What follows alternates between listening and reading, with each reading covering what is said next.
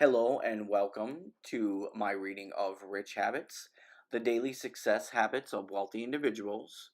Find out how the rich get so rich, the secrets of financial success revealed by Thomas C. Corley. I will begin by reading the introduction, and I will start now. The fact is, success is elusive. Why? Why are the rich so rich?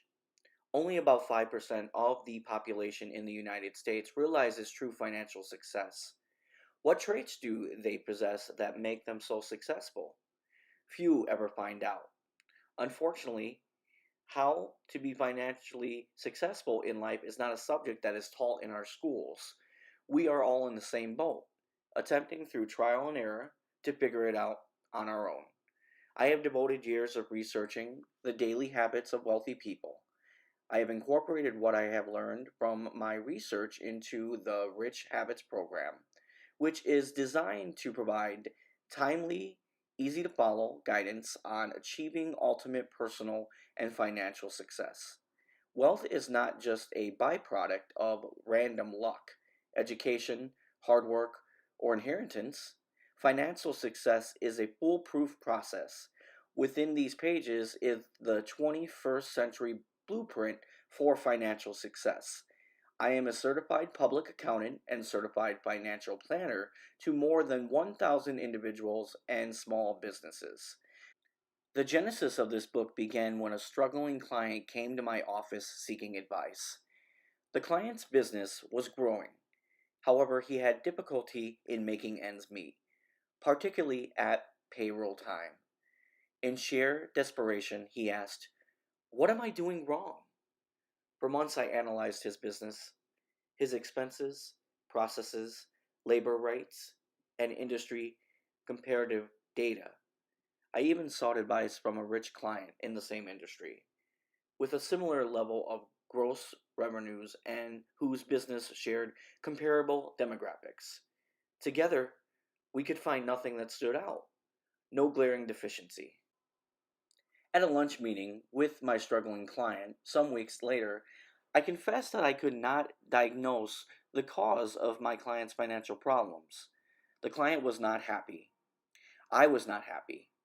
We sat in silence at our table for some time. In an effort to break the uncomfortable silence, I asked my client what he did when he came home at night. There was an immediate shift in my client's demeanor. An almost impish look took hold, and he asked me, "Which night?" "Well, pick your favorite night," I suggested. The client told me that would be Wednesday. "What do you do on Wednesday nights?" I pressed the client. The client leaned in, eyeing the restaurant, and said ever so quietly, "I get a couple of ladies of the night, a few bottles of wine," and the client, in response to my obvious look of shock, stopped mid-sentence. "I'm sorry," he said. "I should not have shared that with you. I talk way too much sometimes."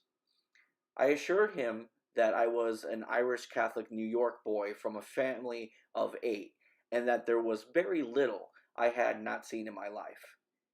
My shock was not from moral indignation, but from the realization that I had been asking my client all the wrong questions these past months. The epiphany I had was that there was much more to financial problems than meets the eye, and that I needed to ask the right questions. I eventually came up with a 20-question list that, over a 5-year period, I asked to just about every rich or poor client I had, as well as every business partner or person I knew. The data I gathered from these questions made me realize that there is a difference the size of the Grand Canyon in the way rich people and poor people live their daily lives. This one client unknowingly took me down a path towards the discovery of the secret to financial success. Chapter 1: The Insurance Salesman. "I just can't take it anymore," Phoenix Upman murmured into his half-empty pint glass. He ran his short, plump fingers through what little hair was left on his head as his cigarette burned out in the ashtray beside him. "Bad day?" the bartender asked nonchalantly as he leaned over the bar, perusing the sports section. He didn't seem particularly interested, but pretended to be for his customer's sake. Phoenix managed a sort of angry snort that gave way to forced hollow laughter. More like bad life. He drained the rest of his beer and slid the empty mug forward for a refill. Last night I had to tell my son that we could not afford to send him to college. We just don't have the money. We can't even swing tuition at Brookline. Brookline, the local community college, gave discounted rates to county residents, practically giving away an education. The bartender sensed immediately how pathetic Phoenix's financial situation must be if he couldn't even afford Brookline. The bartender had managed to give himself through 2 years there with what little savings he had supplemented from the actual tips from this place. Not even Brookline, huh? No, Phoenix said. He lit up another cigarette and took a long, slow drag, letting his eyelids close as he held in his breath. This one is on me. The bartender set a fresh pint down in front of Phoenix and contemplated the troubled man. Although younger than the bartender, that was not obvious by looking at Phoenix. His receding hairline and expanding waistline made him look older, as did the deep crease between his eyes and the wrinkles snacked across his forehead. Nothing about him was particularly distinct. His shirt sleeves rolled up to mid-forearm had blotchy blue ink stains. What do you do for a living? I sell insurance, he said, too quickly perhaps. What I mean is I try. What I make is barely enough to live on, let alone put away for something like college. Phoenix rolled a peanut between his thumb and forefinger, his gaze fixed somewhere across the bar. He sat for a long while, quiet, slowly rolling the peanut, unblinking. How'd I get to be such a failure? He murmured to himself. The bartender returned to the article he was reading. Phoenix sat the peanut down on the bar and wrapped his hand back around the cold glass, lifting the mug to his lips once again, draining the last pint. You know, even if I died, there's not much. I don't even have enough insurance to make that worthwhile. He slid the glass forward, signaling another refill. Some salesman I am, he murmured under his breath. He pinched the bridge of his nose and closed his eyes, tight, scrunching up his face. You drivin', man? The bartender asked. I'm not far from here, just a few blocks. I'll be fine. I don't know, you've been here a while. Phoenix glanced at the bartender, a pleading look in his eyes. He knew he had worn out his welcome, but how could he go home and face his son after last night? It was clear that the bartender was going to cut him off. Sensing this, Phoenix laid out some cash and pushed back from the bar. Without saying a word, he shrugged into his coat and cap, pulling his cap down tight on his head before making his way down the length of the bar towards the exit. Outside was dark, and Phoenix could see his breath hanging in the air before him. There were no stars. They were lost somewhere behind opaque December clouds. He made his way over to his black subcompact and fumbled in his pockets for the keys. Inside the car was not much better. He could feel his fingers going numb from the cold. Phoenix lit one last cigarette and sat back, waiting for the engine to warm up. He let his head roll back and sighed to himself. Something about bad luck. His eyelids fell shut as he took a long drag off the cigarette. The smoke swirled up and around his head in wispy gray ribbons before pulling in a thin cloud near the ceiling of the car. Phoenix opened his eyes and watched a trail of smoke dance away from the butt. He shook his head slowly. He thought about what he might say to his son, if the boy would even talk to him. A sudden knock on the driver's side window startled Phoenix. Jesus! He mumbled, fumbling around on the floor for the still burning cigarette that fell from his hand with the knock on the window. He found the cigarette and snubbed what was left in the overflowing ashtray before rolling down the window. Can I help you? He asked, gruffly, staring up at the stranger who had interrupted his thoughts. I was just about to ask you the same thing. Excuse me? Phoenix looked up at the stranger standing just outside the car. Do I know you? My name is Champ Daly, the stranger said, sticking out a gloved hand. Phoenix reluctantly obliged, loosely gripping the soft black leather, and quickly recoiled. And your name is? The stranger asked. Phoenix Upman? Hi, Mr. Upman. I couldn't help but overhear you back in the bar. I'm truly sorry for your troubles. Phoenix wasn't quite sure what to make of this. When the bartender was pretending not to ignore Phoenix, all he wanted was a little bit of sympathy. But now, coming from this stranger, well, it just made him feel more pathetic. Phoenix waved off the comment, shaking his head, and fixed his gaze straight ahead. I'd like you to come by my office on Monday, Champ continued. I can help you. Champ pulled a business card from his pocket and extended the card. Phoenix took the card and studied it suspiciously. Help me? You don't even know me. You'd be surprised, Champ replied, a warm grin spreading across his face. What are you? Like a loan shark or something? I'm not getting involved in that. I got enough problems as it is, Phoenix said. No, Mr. Umprin.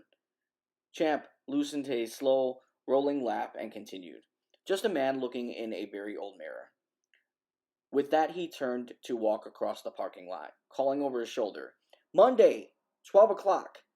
Phoenix's eyes followed Champ in the rearview mirror, watching as he got into his car and pulled out of the lot. After Champ had gone, Phoenix found himself staring at his own reflection.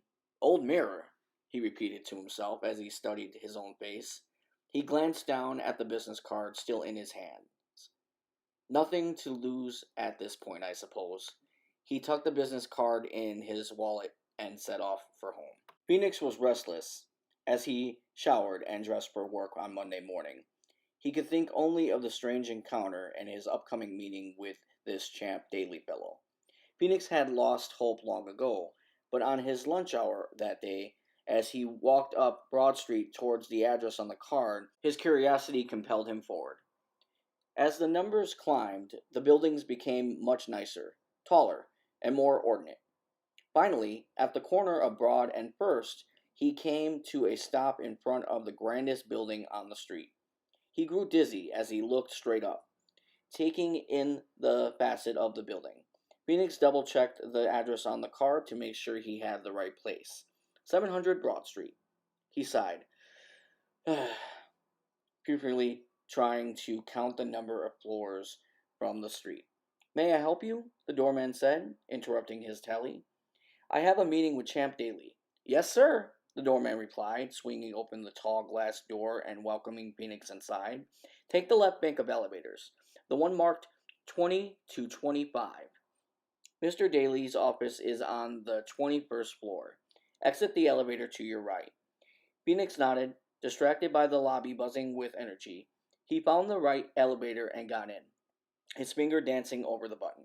He couldn't help but wonder what he was getting himself into. The doors opened to an expansive reception area. Phoenix was immediately overwhelmed. The room was larger than the entire sales department back at his office. He hesitated before exiting the elevators, checking the floor number again just to make sure he was in the right place. As he walked out of the elevator, Champ Daly greeted him. Mr. Upman, I'm so glad you came. Did you have much trouble finding the building? No, Phoenix replied. I hope, this isn't a bad time or anything. I can come back later if you're too busy. The place seems busy. No, I was expecting you, Mr. Upman. Please, follow me, Champ instructed, leading him past the reception area and through a short hallway. Phoenix was stunned when Champ swung the door open to reveal an open office. The wood floors and oak-lined walls warmed the cavernous room, and numerous paintings provided splashes of color. Phoenix took in the expansive room and concealed that this was the most impressive office he had ever been in. Phoenix took a better look at Champ. He seemed taller than Phoenix remembered, and lean with a full head of silver-gray hair. His soft blue eyes radiated a kind of welcoming warmth, which put Phoenix at ease, at least a little. The man had a kind of good-natured air about him, and he seemed casual and relaxed. I'm so glad you came, Champ said. He directed Phoenix to an empty chair in front of his desk. I'm sorry about the other night. I guess I was just, No need to apologize, Champ broke in, nodding sympathetically. Champ sat, considering the man across from him for a moment. Phoenix shifted nervously in his chair as the silence settled between them. He couldn't help being distracted by his surroundings, peering around at the paintings and luxurious decor. I've been where you are, Champ finally spoke, leaning in ever so slightly. I've been in the pits of darkness and despair. Phoenix looked confused as his eyes settled back on the man seated across the desk. Despair? From the looks of things, I'd say you are a continent from despair. Champ paused, smirking just a bit. I am now, but not too long ago things were a mess. No hope, no direction. Everything in life seemed to pass me by. I almost lost my family over my circumstances. I guess you could say I've come a long way. Champ closed his eyes and the smile faded from his face. When I heard you the other night at the bar, it brought back a lot of painful memories. Phoenix shifted again in his chair. He felt as though he were intruding on a private moment. Champ didn't seem to notice Phoenix. Phoenix cleared his throat twice. Funny thing that I was in the bar that night. I'd never been to that bar before. After I left, I kept wondering why our paths had crossed that night. What put me in that particular bar on that particular night? Chance seemed to drift again. The only conclusion I could reach was that something intended I be there, meant me to be there, to meet you. Phoenix stared at Champ, considering his words carefully. Like what? Like fate or something? Fate, yes. Why, what's so important about me that fate would have us meet? Why me? A smile broke on Champ's face, and he sat up straight, his eyes wide, as if he had a long kept secret he was ready to share. I believe it was intended that I pull you out of this hole you're in. I am sure now that you are the very opportunity I was told about. Yes, I am certain that you represent my opportunity to return the favor that I received a lifetime ago when I was an altogether different man. I don't understand, Phoenix replied. You see, some years ago, I was told that I might be called upon to help another in need.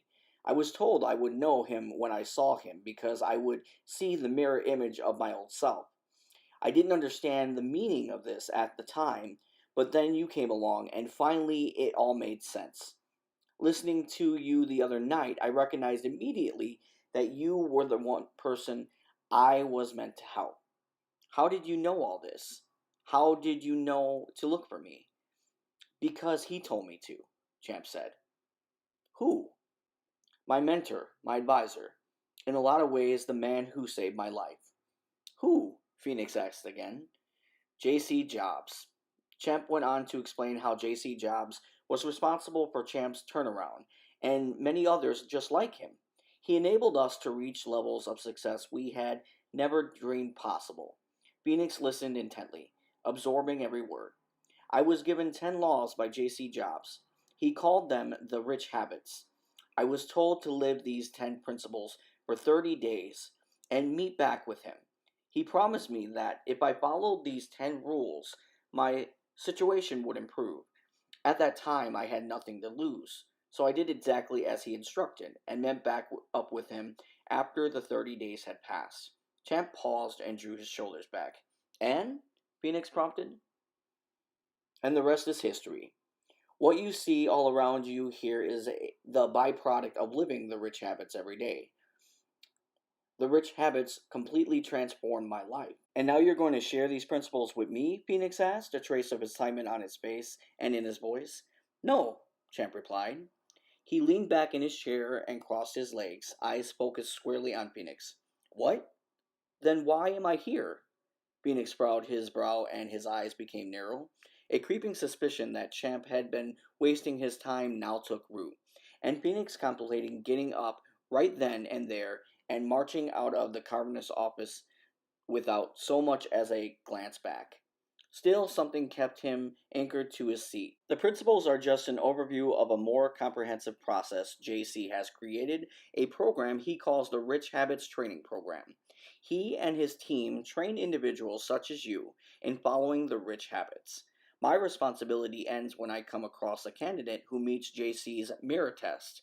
Champ reached across his expansive desk for a pen and scrawled a phone number on a sheet of paper. Here is the number where you can reach JC's office. Call the number first thing tomorrow morning. And what do I say? How much does this training program cost? Phoenix asked. There is no cost when you are sponsored, Mr. Upman. Just let JC's office know that Champ Daily sponsored you. They can help you, Mr. Upman. Of that I am certain. With that, Champ stood, smoothing his jacket, and directed Phoenix to the door. Phoenix was slow to get up, reluctant to leave, as he clung to the piece of paper with JC's phone number. He couldn't help but think that the most valuable thing in the whole building was this simple scrap of paper now in his possession. The next morning, Phoenix did as Champ instructed. As soon as he got to work, he called the number. A woman answered. Hello, my name is Phoenix Upman, and I'm trying to reach JC Jobs. Champ Daly told me to give him a call. What may I tell Mr. Jobs this is in reference to? The woman asked. Champ Daly told me to say that I was sponsored by him. Certainly, Mr. Upman, the woman replied. She took down Phoenix's contact information and said she would relay the message to Mr. Jobs. Then she hung up the phone. Within a few minutes, the same woman called Phoenix back with an appointment for the next Rich Habits training session. Chapter 2, The Secretary. What am I going to do with her?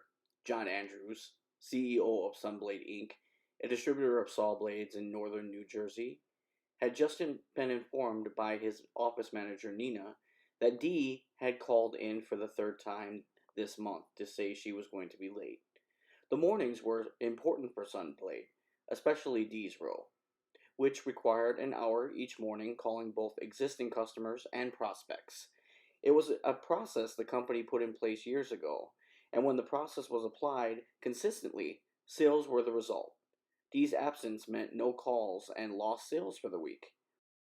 John, you keep bending the rules for Dee, and she just keeps pushing the envelope to see how much further you'll bend them. I told you last year to fire her. Why don't you just fire her already? Nina had lost her patience for Dee's poor attendance and sense of entitlement. Nina wanted Dee fired, but John just could not bring himself to do so. But I see so much potential in her, Nina. If I could just break her of some of these bad habits she holds on to, she would shine. I just know it. Dee Worthy worked as a secretary for Sunblade. Her pay for the past 2 years was meager, primarily due to her bad habits, as John began to call them. She was a young 24-year-old, heavy set to the point of being unhealthy. She had a pleasant smile and an attractive face. Most of Dee's colleagues described her as a hard-working, conscientious, and punctual employee. These same people also described Dee as lazy, neglectful, and tardy. At times she exhibited creativity, a great work ethic, and incredible promise. But eventually she always fell back into tardiness, distraction, and indifference. The root cause, many suspected, were family issues from which Dee sought refuge in food. Her near obesity caused health issues, which manifested in frequent sick days. A vicious cycle of bad habits. John admonished Dee at one of their many meetings following this cycle of absences. In Dee's family circle, she was the functional one. Her ability to earn even a meager income made her the family banker. John often tried to paint a picture of her reality, how her family was dragging her down due to their own bad habits and their seemingly inability to draw a consistent income. Unfortunately, Dee never took John's advice to heart. John recognized her vulnerability when it came to her family. Recognizing this weakness, her family took full advantage of Dee. Dee's insecurities didn't help matters either. I'm not that smart, she often said to others around the office. My cousin is the smart one in the family. She got the main course and all I got were the leftovers. Her cousin? John barked at Nina. The smart one with 2 children out of wedlock, lives with her, and hasn't had a job in over 2 years? Geez, I need to talk to you about something personal. John had grown so tired of these repetitious personal meetings with Dee, which were more and more frequent. I got a second job as a bartender, and I will need to leave early on Fridays. John can tell from the look on Dee's face that she feared these meetings as much as John had grown tired of them. How early, Dee? He asked in a clearly frustrated tone. I need to leave at 4 p.m. Work hours ended for everyone else at 5:30 p.m. John knew this would create a major problem for the other employees, who would resent seeing John as catering to Dee and bending the rules again, rules that didn't seem to apply to Dee. John feared that he would be sending the wrong message to everyone if he didn't exact some concessions from Dee. I will agree to this on two conditions. Yes, Dee replied sheepishly. The first condition is that you will have to make up the missing time on Thursdays. Some members of the staff worked late on Thursdays, finalizing orders for the next week, so he felt her presence might throw off any staff assertions that Dee was getting special treatment. Second condition is that if you fail to live up to condition number one, by the third time I will have no choice but to terminate your employment. Dee very reluctantly agreed to the terms. What choice did she really have? She needed the extra money. Dee left his office, and as the day wore on, she grew resentful of her boss, thinking he was singling her out and being hard on her. She felt he should cut her a break. She had a lot on her plate. He was, she decided, wrong in forcing her to comply with their agreement. Notwithstanding, Dee obliged her boss and this new schedule for a time. The staff seemed to accept this arrangement and did not make waves for John. However, after some weeks went by, Dee began to steal a few minutes here and there on Thursdays. Nina noticed this trend first and informed John. John confronted Dee on a Friday morning and said, "Strike one, Dee. You left early yesterday." Dee was angry.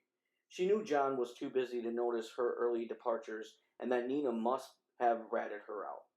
Dee reluctantly forced herself back into the regiment for a time. Subsequently, fell back into her bad habits. "Strike two, Dee," John advised her on another Friday following another breach of their agreement.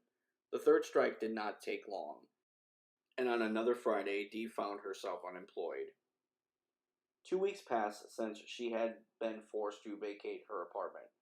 Her family had abandoned her. No one even tried to reach out to Dee to see how she was doing following the separation. Dee ran out of money, with not even enough for a meal. One night, succumbing to the hunger pains that were now all too familiar, she decided to visit St. Michael's food kitchen for a hot meal. But as she approached the food kitchen, she could not coax herself into the line of poor people waiting outside. She walked around the block, desperately trying to find the courage and humility to join the line. Jan Good had been watching Dee. He manned the outside line of the kitchen as a volunteer. His job was to help move the line along and direct the hungry into the facility for a hot meal. Jan began to notice Dee after her fourth trip past the kitchen, and he could see that she was distressed. Jan asked one of the volunteers to take his place momentarily, and he had walked over to Dee, who was now sitting on the curb with her hands covering her face and sobbing. "Are you hungry?" Jan asked. "Excuse me?" she mumbled back. "I volunteer at the kitchen. I noticed you've been passing by for the past 2 hours. Why don't you come in for some food?" "I can't." Dee drew her hands to her face and began to cry. "I can't. I'm just too humiliated." Dee lost all control and her body shook with her sobs. Composing herself, she looked up at Jan. "I never thought I'd ever be in this situation. I've done this to myself, you know. I made this all happen.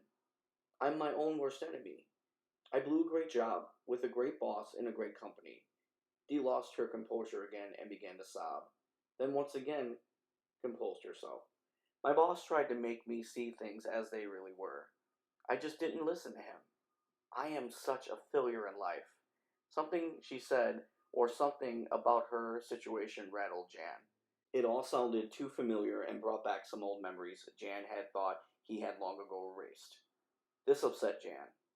He excused himself and walked back into the kitchen. He emerged a short time later with a container of food for Dee. "My name is Jan Good. I understand what you are going through, and I think I can help." Jan handed Dee the container. "Help me? Do you find people jobs or something?" "Not exactly." Jan paused and repeated the words a stranger had spoken to him so many years ago. "I'm just a man looking in a very old mirror.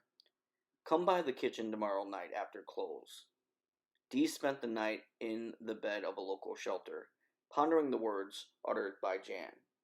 I'm just a man looking in a very old mirror. She wondered to herself, what did it mean? The words reverberated in her head until sleep arrived. Dee met with Jan the next morning, and Jan shared his story. A long time ago, I lost my job under circumstances similar to your own. I lost all hope. I was rescued by a stranger who helped me turn my life around. How did he help you turn your life around? Dee implored. Jan shifted in his seat and took a deep breath. This individual shared 10 principles with me that changed my life forever. I went from unemployed to the CEO of the company that now employs me. Following these laws was not easy. He called them the rich habits, but follow them I did. And 10 years ago, the laws brought me to my current position in life. What are these rich habits? Dee asked in a more demanding but sincere manner. That's not how it works, Dee. You have to go through a training program. When you're sponsored, there's no cost. The program will teach you everything you need to know to turn your life around. Jan reached into his pocket and pulled out a pen and paper and jotted a phone number down for Dee.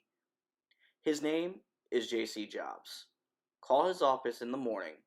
Tell them Jan Good sponsored you. Dee did as Jan advised and secured her place in line at the next session of the Rich Habits training program. Chapter 3, The Car Dealer. I will begin now. Herb Reiser was in a state of shock. He had just gotten off the phone with his banker, and it seemed as if all hope of extending his dealership's floor-plan financing had run out. The bank advised him that they were about to enforce their rights under the terms of Herb's credit agreement and repossess his inventory for a subsequent fire sale to limit the bank's losses. For Herb, this meant bankruptcy and financial ruin for his business and, worse, his family. Driving home that night, he felt so alone. At the light just outside his lot, Herb closed his eyes and let his head drop back. How did I let this happen? The words were muffled within the confines of his car. How am I going to tell my wife? He couldn't bear the thought of the anguish he was about to unleash upon his family. They had young children, a large mortgage, and plenty of bills to pay. His employees were no better off, with a host of financial obligations of their own.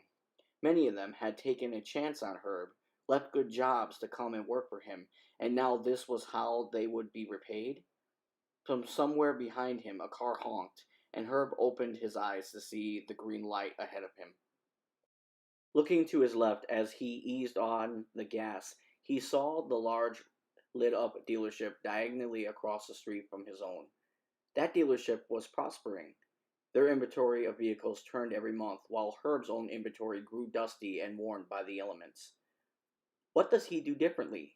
Herb begged for an answer from the great beyond, but his cries went unheard. Herb had been in the car business for about 20 years.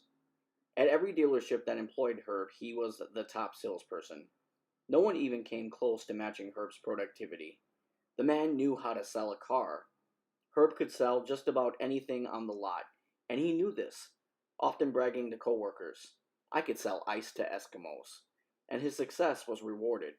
Herb received generous bonuses and many awards to the dealership tricked down to him in the form of free vacations, Rolex watches, and numerous other items. Herb turned into his street, a quiet tree-lined cul-de-sac that backed into an inlet. The houses were neatly framed by lush manicured lawns and driveways lined with flower beds. He pulled to a stop on the road in front of his house. Lights were on in the kitchen and the living room. His family would all be up, his wife cleaning dishes over the sink, the kids watching television doing homework or playing. He couldn't tell them. How could he ruin their sense of home and safety? They were expecting him to walk in, heat up some dinner, and talk with them. For them, tonight was a night like any other, but Herb knew that everything was about to change drastically. At a National Automobile Dealers Association convention several years before, Herb was approached by a dealer he knew from Staten Island. They got to talking, and the dealer told Herb that he'd grown tired of traveling to Mitsubishi franchise in Rhode Island every month to review the month-end finances. and created the budget for the following month. He was looking for a buyer, and Herb eagerly jumped at the opportunity. He had long dreamed of owning his own store, of running his dealership the way he believed a dealership ought to be run, making his own rules and reaping his own rewards. He wanted to be one of the big boys, and he saw this opportunity as his long-awaited break. The first few months in his newly owned car dealership were slow, but that didn't shake Herb's resolve. He attributed the low sales number to the ownership transition and was confident that things would soon pick up. He even decided to roll up his sleeves and show his sales team how selling was done by a pro. The numbers picked up a bit, but not the way Herb anticipated. He continued selling day after day, month after month, but sales came hard. Herb had trouble adjusting to his expanded responsibilities of ownership. Cash flow problems began to occupy more of his time. He found himself visiting banks with increased frequency to add new lines of credit or strike new floor plan financing arrangements. He spent more time in bank offices than he was spending on the floor of his own showroom. Further exacerbating his cash flow problems, Herb was his own best salesman, even though his numbers paled in comparison to the production he had enjoyed as a salesman at other dealerships. Juggling management responsibilities along with sales was proving too much. Herb got out of his car and stepped into the cold night air. He flexed his fingers inside his tight black leather gloves, and the moon glinted off the face of the Rolex watch he won years ago after setting an annual sales record at a previous dealership he worked for. Now he stood on the porch of his home feeling like an intruder, the person who was about to come in and shatter his family's world. He couldn't do it. Not just yet. Herb sat down in the old wicker rocking chair on the porch and collected his thoughts. He wasn't ready. Herb was not a student of the auto industry. For him, the business of running a car dealership was all about one thing: sales. Customers were merely prospects to be conquered. Overcoming objectives at all cost, he often told other salesmen. The customer doesn't make a decision to buy. We do that for them. That's our job. Oftentimes, and reluctantly, the owner at Herb's last dealership had to act as a mediator on behalf of the customer who felt they were being treated rudely by Herb. His boss knew Herb could sell, that was clear from the numbers, but Herb didn't really understand the bigger picture. Herb, we're not interested in just the sale. We want these customers for life, and we want their kids, and their kids' kids. This dealership goes to great lengths to provide them with the products they want and the quality service they can expect from us. Without them and their continued business, we'd be finished. You were by far the best salesman I have ever had, but sometimes you focus solely on the sale, and you forget that there is a whole lot more to making money here than just selling a car. Herb's boss explained in a private meeting after a customer felt particularly bullied by Herb's aggressive sales techniques. Herb's hand rested on the front door handle. His fingers gripped the knob. Just beyond the door, he could hear the kids running around upstairs laughing. He closed his eyes and let the sound of laughter fill his ears, letting his forehead fall to the door. He sniffed once, the tip of his nose burning in the cold night air, and pushed open the front door. "Herb," his wife called from the kitchen. "You're late tonight. I saved you a plate." Herb slid out of his coat and hung it in the foyer, carefully tucking his gloves into the pocket. He reluctantly strolled into the kitchen and sank into one of the chairs around the table. His wife was putting together his dinner, but he wasn't hungry. "You all right?" she inquired, noticing Herb's demeanor. Normally, when he arrived home, he was more animated, happy to be home with his family after the long workday. "I have to tell you something," Herb said. He would do this quickly. He took a deep breath and began. "What are we going to do?" his wife asked, slumping against the counter when Herb finished telling her everything. Her face was blank and her eyes fixed somewhere far away. Herb couldn't bear to look at her.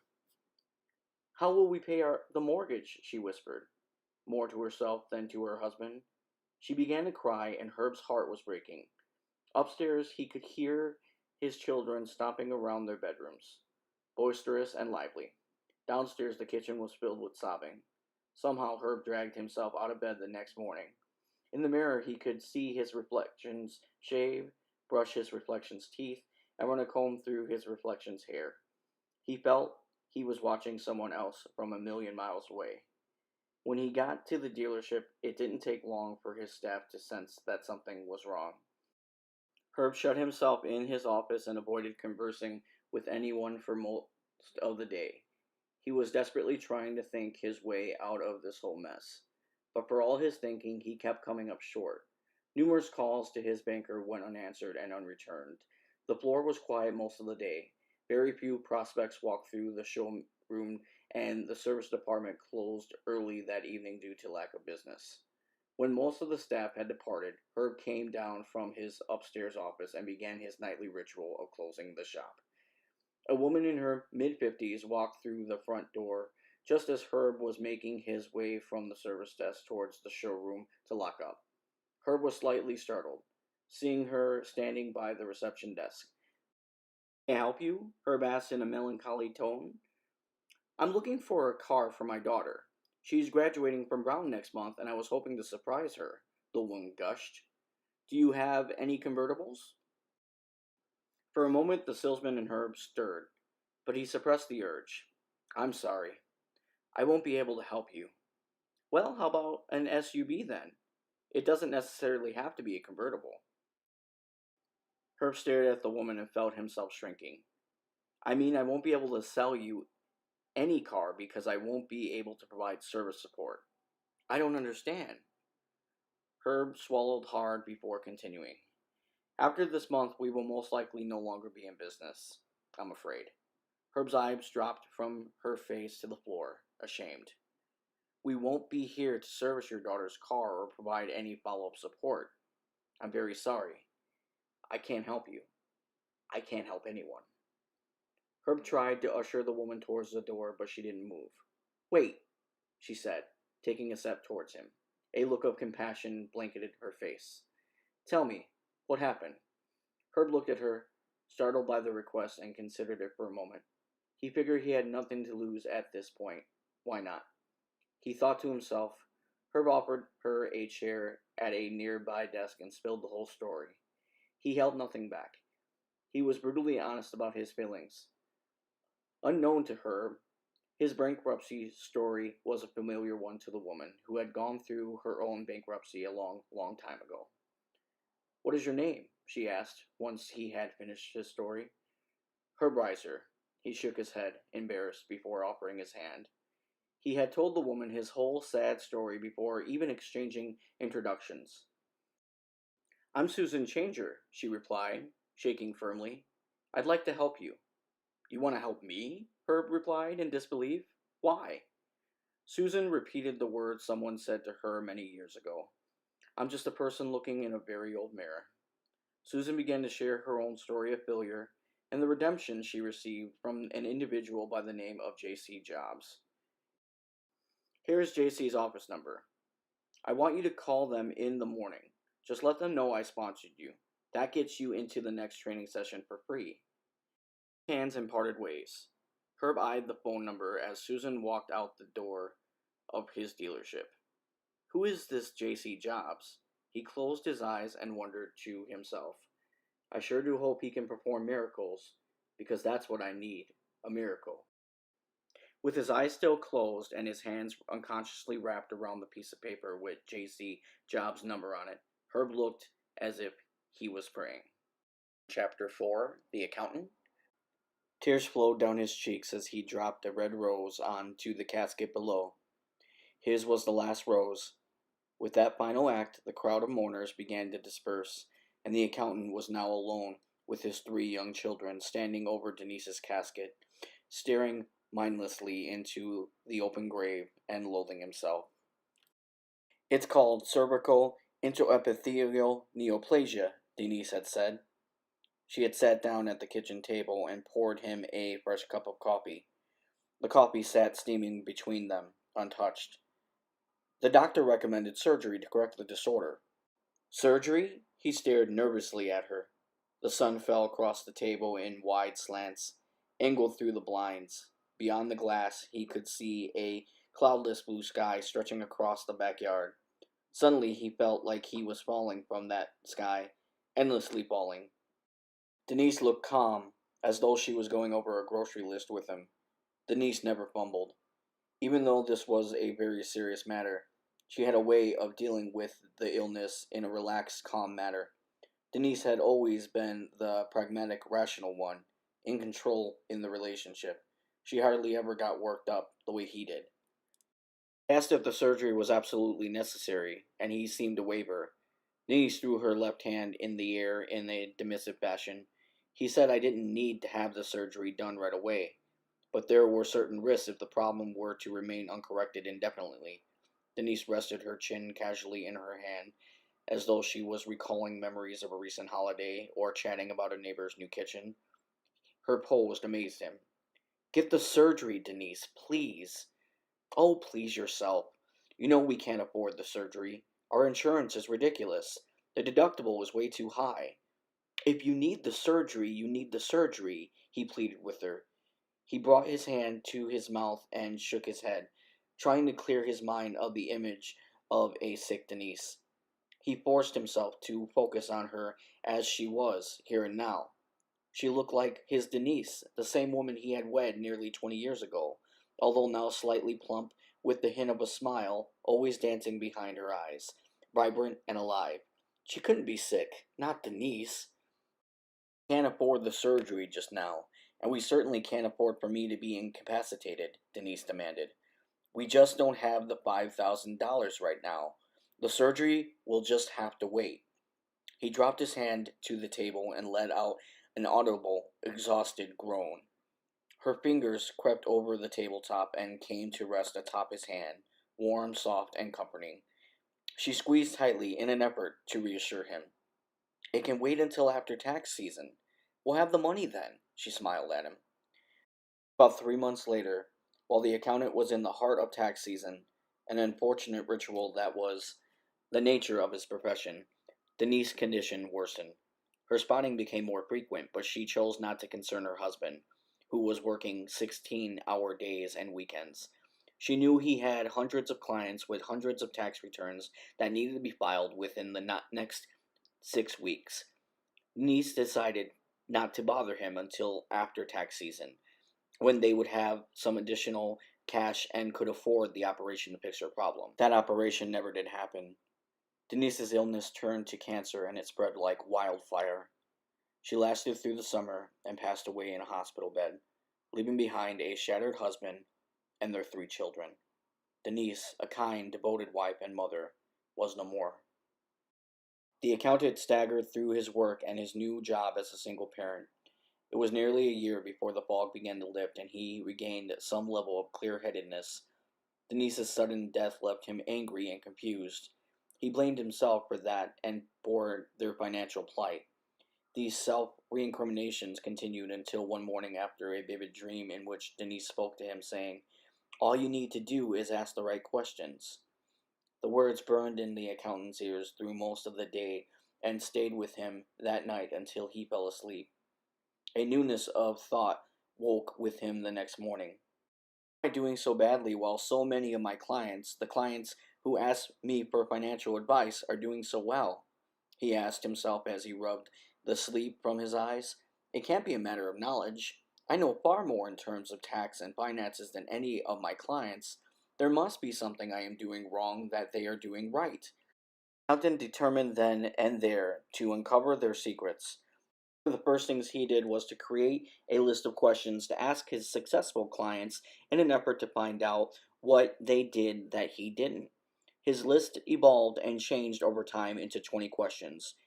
He woke one night with the thought that he should also take this list of questions to his unsuccessful clients to see if there were differences between their answers and those of his wealthy clients. The U.S. Patent Office refers to such extraordinary human thoughts and ideas as flashes of genius. That night, it had never occurred to the accountant that the answers he obtained from his successful clients only had relevance if they could be compared to the answers of his unsuccessful clients. What was initially a relatively simple, short term project became a 5 year obsession with analysis and discovery in studying the idea he gathered from the two diverse groups. The conclusion was astounding. There was a difference, the size of the Grand Canyon, between the answers he received from his successful clients and the answers he received from his unsuccessful clients.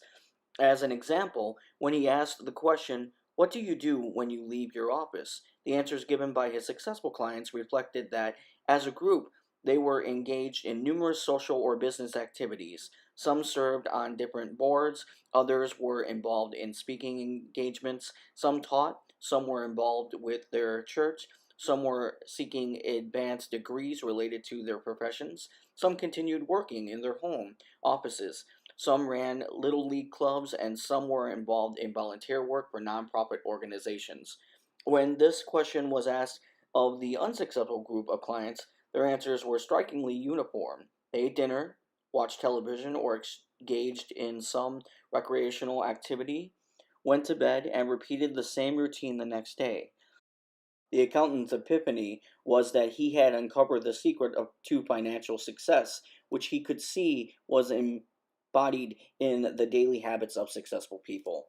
Excited by his discovery, he categorized his findings, which he eventually narrowed down into easy to understand principles that came to be known as rich habits. Martin incorporated these habits into his daily life. For 30 days, he diligently followed his rich habits list. Each and every day in the morning, at noon, and just before bed, he went over his list. Opportunities began to manifest seemingly out of thin air. His revenue began to increase. New clients came through his office doors. He had to hire new employees to meet the demands of his new clients.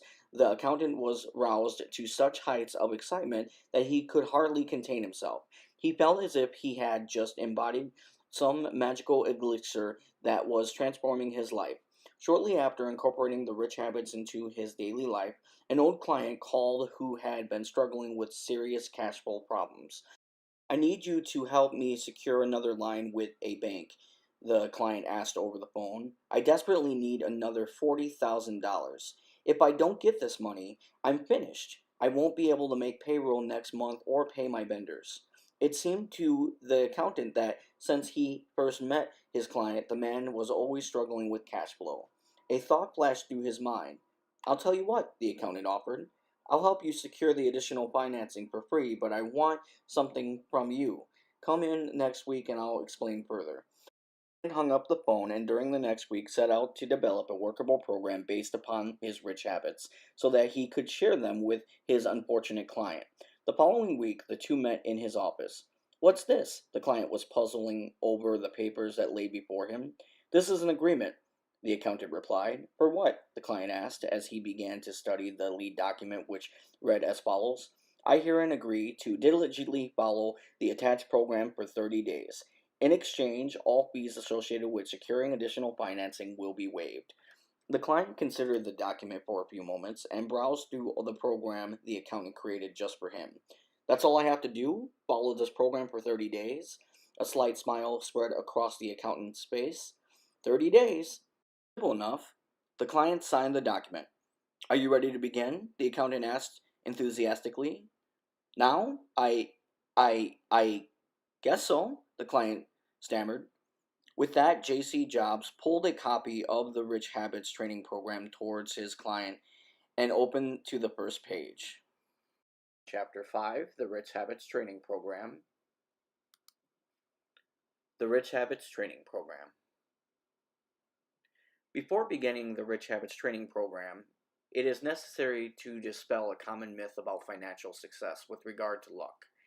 Many unsuccessful people rationalize that they don't have good luck, or just aren't lucky. They argue that in order to be financially successful, you need good luck. Is good luck important to becoming successful? The answer is a resounding yes. All successful people have experienced good luck. In fact, no one will ever become successful if they do not have some good luck. But let's elaborate on this truth. There are 4 types of luck. The first type of luck is random good luck. This is a type of good luck we have no control over, like winning the lottery or receiving an unexpected inheritance. The second type of luck is random bad luck. Like random good luck, we have no control over this either. Events creating this type of luck are outside of our influence for the most part. Examples include coming down with a disease, getting hit by lightning, random accidents, a tree falling on your house, etc. The third type of luck is opportunity luck. This is good luck that is a byproduct of good daily habits. Think of opportunity luck as an apple orchard. You prepare the land, plant the apple seeds, and diligently nurture the trees as they grow. After some time, the apple trees blossom and bear fruit. This fruit is the byproduct of doing the things you needed to do over a long period of time, and these apples represent opportunity luck. Successful people do the things that are necessary over the long term in order for opportunity luck to occur in their lives. They live the rich habits every single day. Rich habits are like a magnet for opportunity luck. Many of the opportunities are completely unexpected. Some people refer to this as the law of attraction. Opportunity luck follows the law of attraction for those who live the rich habits. The fourth type of luck is detrimental luck. Detrimental luck is the evil twin of opportunity luck. Unsuccessful people have bad habits. Like the rich habits, bad habits are also seeds. They will take root and grow until they, too, bear fruit.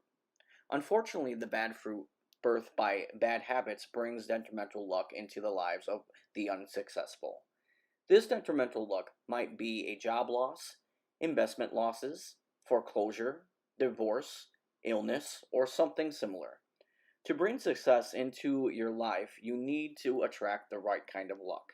Living the rich habits guarantees you will attract the right kind of luck, and opportunities will appear seemingly out of thin air, as with low-hanging fruit. All you have to do is reach out and pick it. Rich habit promise number 1. I will form good daily habits and follow these good daily habits every day. Good daily habits are the foundation of success. Successful people differ from unsuccessful people in their daily habits. Successful people have many good and few bad daily habits. Unsuccessful people have many bad and few good daily habits. Most successful people are not even aware that they possess such good habits. This is why defining success has always been difficult. No person will ever be successful until they can identify their strengths and weaknesses. Self-assessment requires brutal honesty. But how does one define a given strength or weakness? This is not an easy task, as it is often too numerous a request. We get in our own way.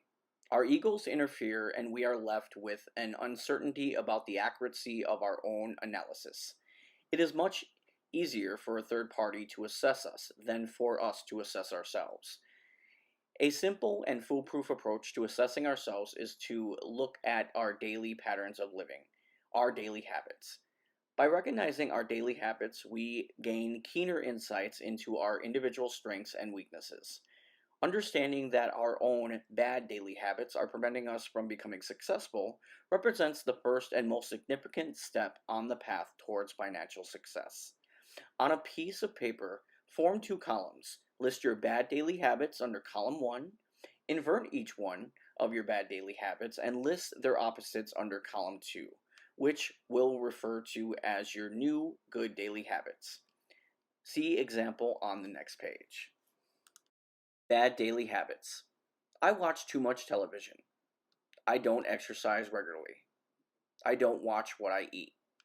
I don't do my work-related reading. I procrastinate. I waste too much time on the internet. I smoke. I don't return phone calls right away. I don't remember names. I forget important dates. Good daily habits. I limit myself to 1 hour of TV per day. I exercise 30 minutes each day. I eat no more than X calories per day. I read 30 minutes each day. I complete items on my to-do list every day. I limit my daily recreational internet use. I will not smoke today. I will return every phone call today. I write down names and remember them. I acknowledge dates that are important to others. For 30 days, follow your new good daily habits. Review them once in the morning, once at noon, and once at bedtime. In this way, each and every day, hold yourself accountable for following them. The objective is to complete at least 80% of your good daily habits each day. Good daily habits work week checklists, sample items. Number 1. I read industry related material a half an hour today. Number 2. I ran 30 minutes today. Number 3. I completed 80% of my to-do list today. Number 4. I called at least one prospect today. Number 5. I did not waste time on the internet today. Number 6. I said do it now when I did not want to do something today. Number 7. I stopped myself from saying something sarcastic today. Number 8. I stopped myself from saying something inappropriate today. Number 9. I stopped myself from talking today when I realized I was talking too much. Number 10. I ate no more than 2,000 calories today. Number 11. I limited myself to 2 beers today. Number 12. I left the office after 6 p.m. today. Number 13. I called one person today just to say hello. Number 14. I called someone today to wish him or her a happy birthday. Summary. Successful people are slaves to their good daily habits. This is the first rich habit and the most important rich habit. Rich habit promise number 2. I will set goals for each day, for each month, for each year, and for the long term. I will focus on my goals each and every day. Successful people are goal-oriented. They create goals all the time. Daily goals are represented in their daily to-do list. Long-term goals are broad initiatives to be accomplished at specific points. Successful people focus on work at work and leave their family and personal matters outside the office in an effort to achieve their business goals. Successful people are long-term thinkers. They are constantly looking to the future in an effort to determine where they are in terms of accomplishing their goals. Do not dwell on the past. No daydreaming about past successes or failures. They continuously make course corrections to get back on track in achieving their goals. Unsuccessful people are not goal-oriented. Like leaves on a fall day, they float in the air aimlessly without direction. They allow the distractions of daily living to affect their ability to perform their duties at work. They allow themselves to become easily distracted by things that have nothing to do with their work. Since they are not focused on goals, they have nothing grounding them to the tasks that they need to perform to become successful. Daily goals.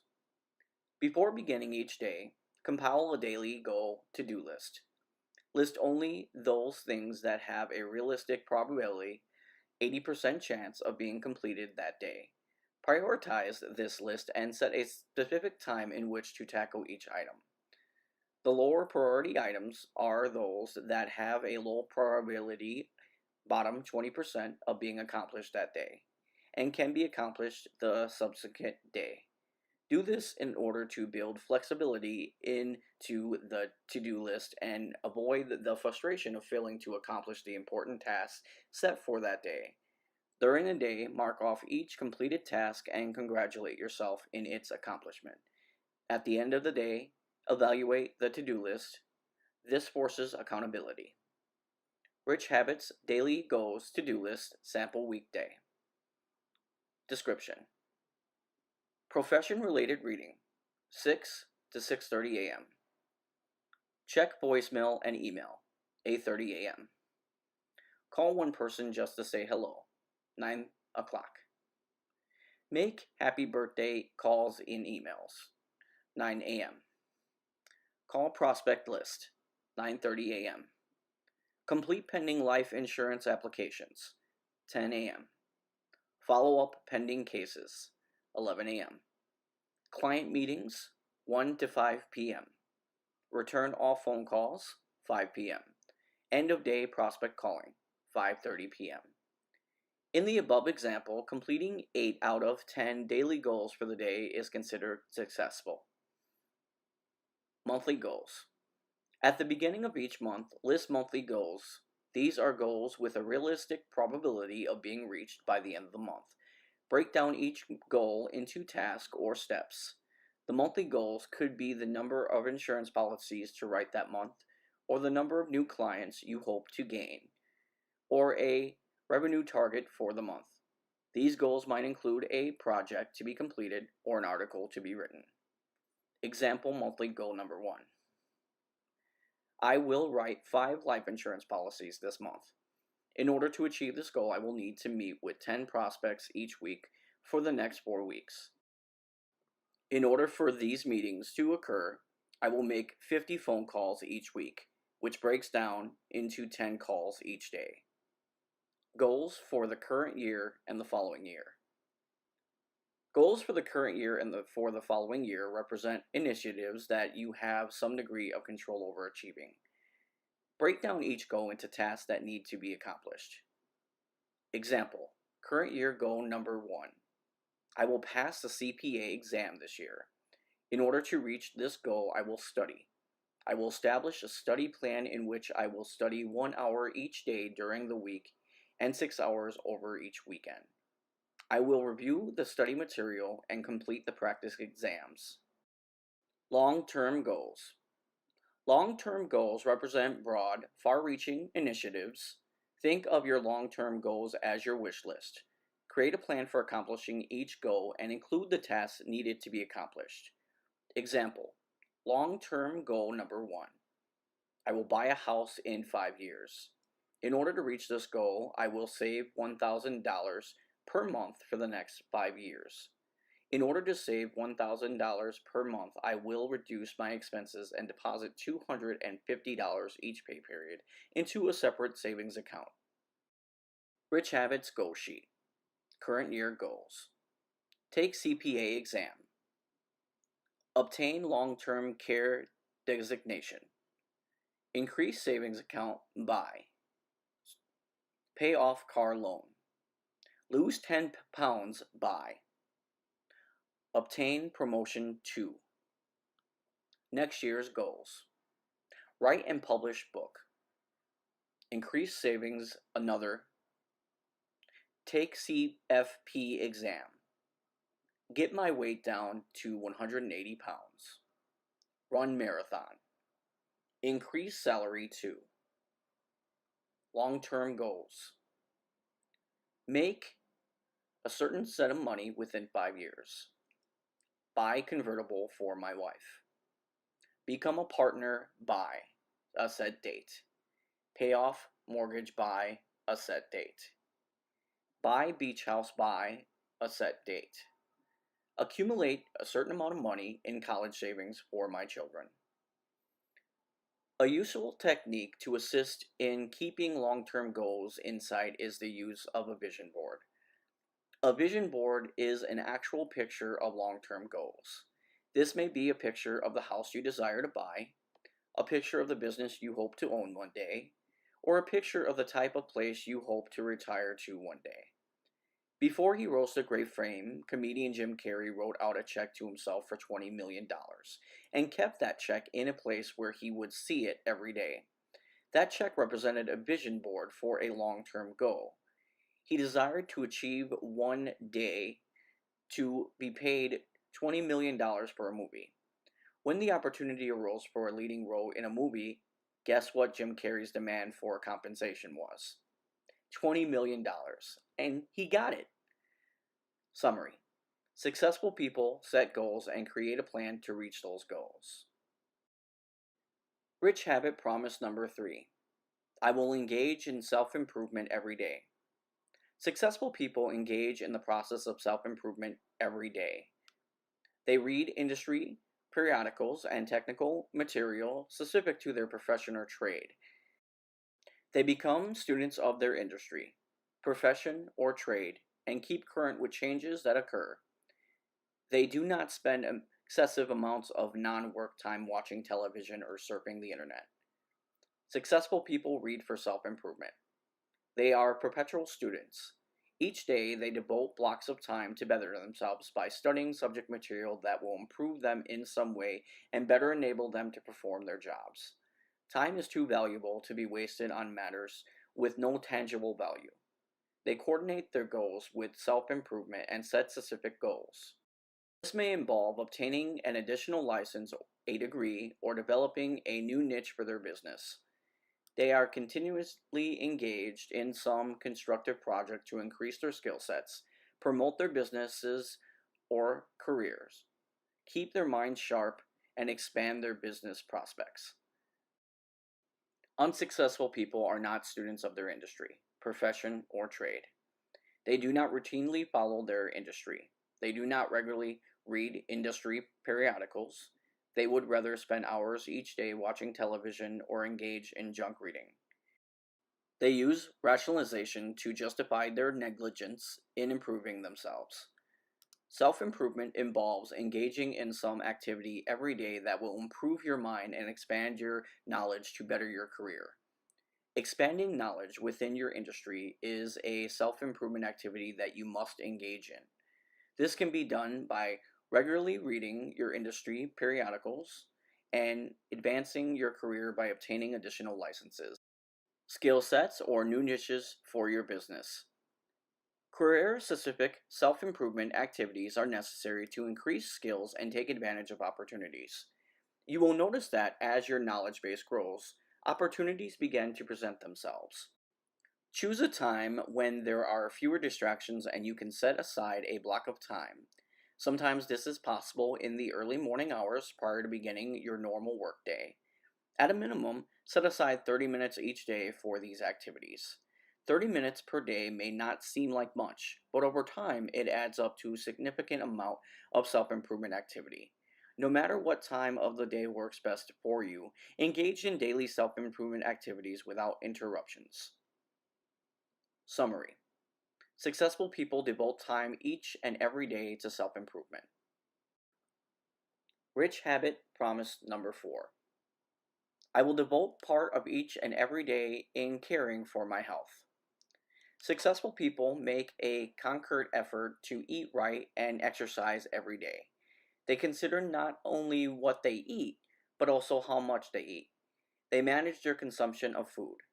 Successful people do not binge or overindulge in food or drink. If they do slip, it is managed overindulgence, regulated to that of an infrequent occurrence rather than a regular occurrence, such as a holiday meal or a party. For successful people, exercise is a routine, like brushing their teeth. They understand that daily exercise improves their bodies and minds. Routine exercise improves the immune system and results in fewer sick days. This further allows for an increase in productivity, since the frequency of sick days is less than that of others. People who regularly exercise generally have more energy during the day. Successful people have a system or routine for weight management that works best for them. Some have sophisticated systems, some less sophisticated, but they manage their weight. Managing weight means monitoring the amount of food consumed every day and engaging in a daily exercise regimen. Unsuccessful people have no consistent day-to-day control over their health. They are always in search of the latest and greatest quick fix diet idea. Unsuccessful people deal with health matters sporadically and usually require outside influences to motivate them to eat less or eat differently. This is the reason why there are so many diet books out there. With little control over their eating habits, they go through phases of gaining and losing weight again and again. This behavior takes a toll on the body, which eventually manifests as medical disorders such as high blood pressure, diabetes, heart disease, and the like. Unsuccessful people approach exercise the same way they approach their consumption of food, requiring some outside force to monetarily motivate them. When that motivation wears off, they fall back into bad habits, stop exercising, and gain weight as part of a cycle that reoccurs throughout their lives. An easy way to monitor food consumption is to count the calories after every meal or snack and document daily consumption. In beginning a weight management program First, gain an understanding of the specific foods you eat on a daily basis. During the first 30 days of your weight management program, you will need to track what you normally eat and figure out the number of calories for each food item. During this 30-day period, you will be able to identify certain foods that are high in calories, and you can thereafter choose to avoid these high calorie foods at least on a regular basis. Do not confuse monitoring and managing food consumption with dieting. They are not the same. Diets don't work in managing weight in the long term. The reason is that they are too restrictive, unsustainable, and quite frankly take the fun out of life.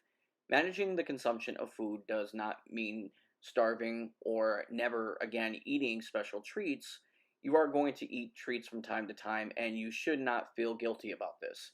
You simply need to understand that you can't eat those high calorie foods every day, as this will likely push you over your daily caloric threshold, which is the threshold you need to stay within in order to lose or maintain your weight. You should be free to eat and drink the things you like when the spirit moves you. But you need to understand that eating some of the foods you love might mean occasionally exceeding your caloric threshold for the day, which is fine as long as this is the exception rather than the rule. Monitoring food consumption only gets you halfway towards managing weight.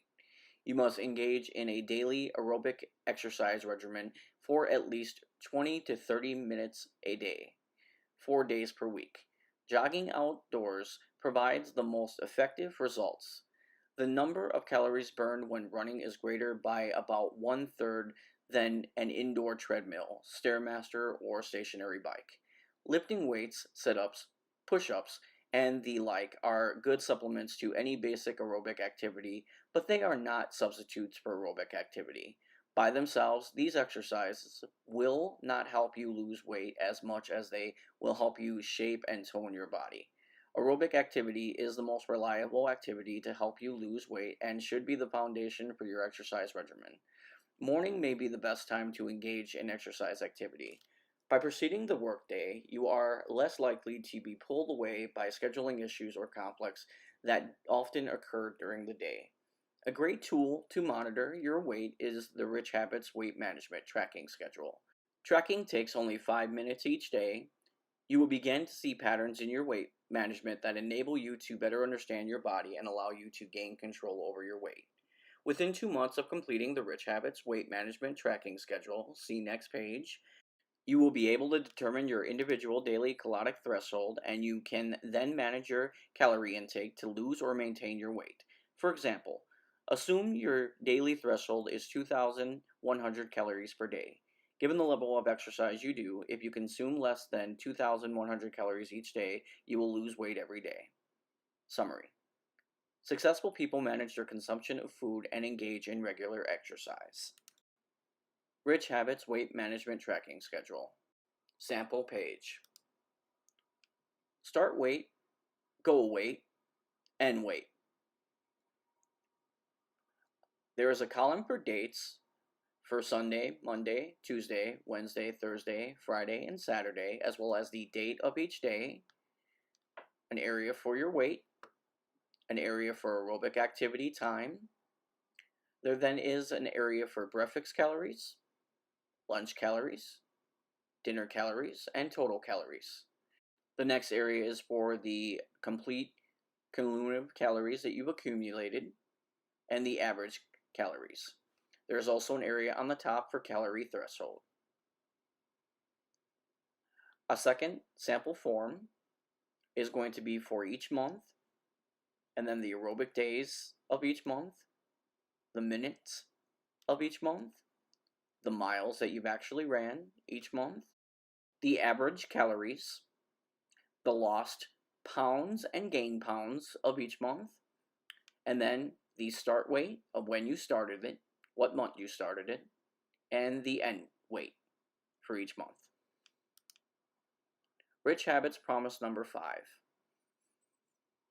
I will devote each and every day to forming lifelong relationships. To successful people, relationships are like gold. They tend to relationships like a farmer tends crops, nurturing them every day. remembering names, birthdays, gifts for newborns, and interacting frequently. Successful people seek to help their relationships and their business associates, even when there is nothing in it for them. They are focused on others rather than on themselves. For successful people, networking is a prerequisite to their success. They develop systems and processes as tools to assist them in networking efforts. They search for reasons to reach out to their contacts, such as birthday contacts or congratulatory calls, cards, or gifts. They attend important celebrations and milestones such as graduations, funerals, and weddings. They network with individuals who are like minded. They do not waste their time developing and nurturing relationships with individuals who are only out for themselves. They cut all ties that are harmful or destructive and stay clear of individuals who are perpetually in a state of turmoil. Many times, this turmoil is financial in nature. These individuals have bad habits and often drag down their friends or associates. Successful people are students of relationship building. They faithfully return phone calls right away. They continuously seek out ways to improve their relationships. Unsuccessful people have a "what have you done for me lately" attitude about relationships. Some, oddly enough, even consider it a virtue when they unintentionally shortchange others. If an individual cannot provide them with some immediate value, they are ignored until needed. No calls, emails, or cards on birthdays. No gifts congratulating their friends or associates on the important events in their lives. Unsuccessful people are not good networkers.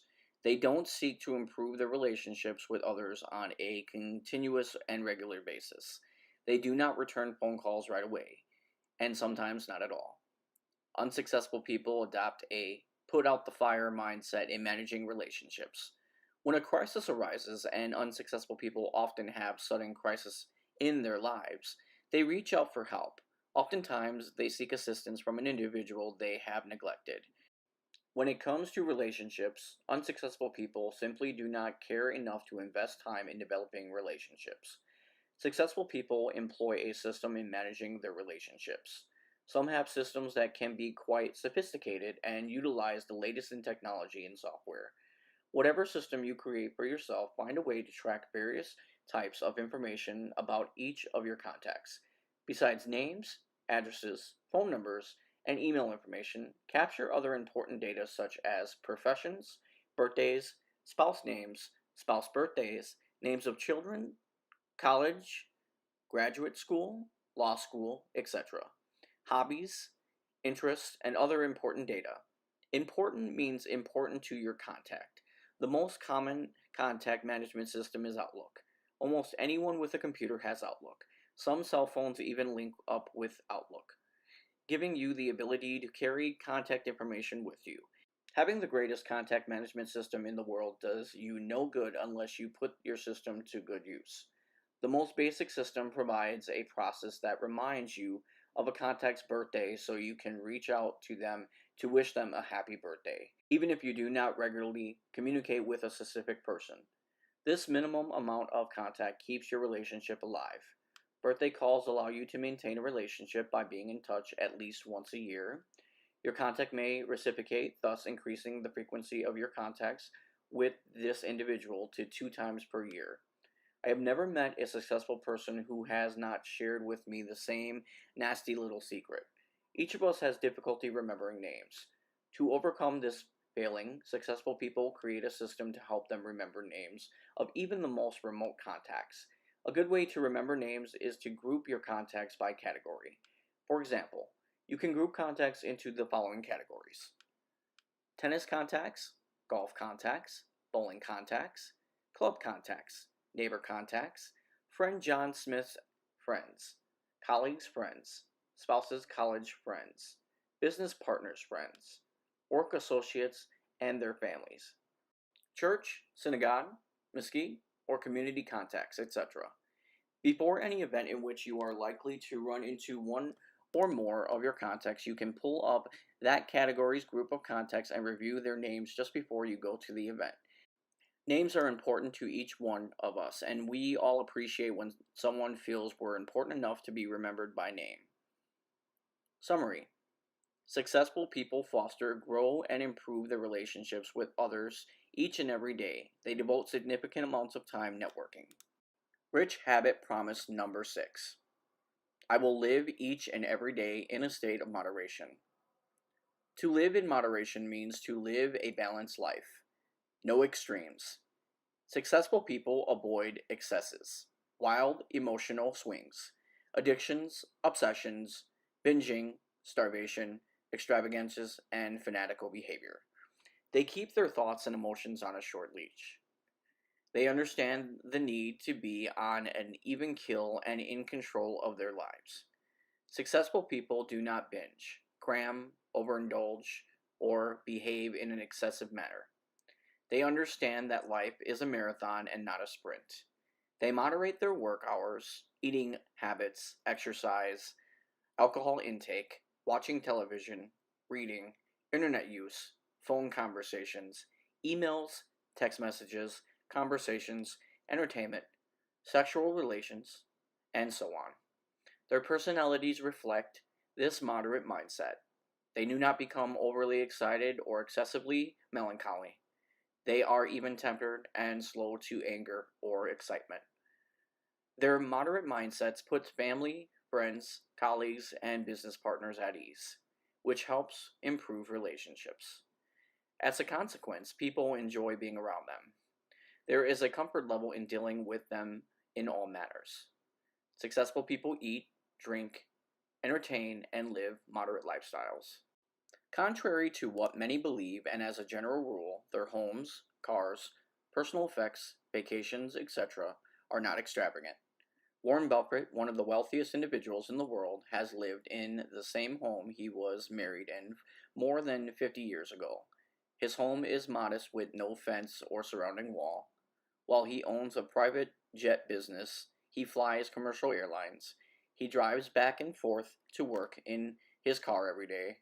Warren Buffett lives this rich habit on a daily basis. Unsuccessful people live in extremes. They eat too much and drink too much. They overreact to events. They permit their emotions to swing in extreme manners, which create great conflict and pain in their relationships. Emotions such as anger, happiness, love, hate, jealousy, and envy are placed on a very long leash, perhaps reeled in momentarily when their most important relationships are placed in jeopardy.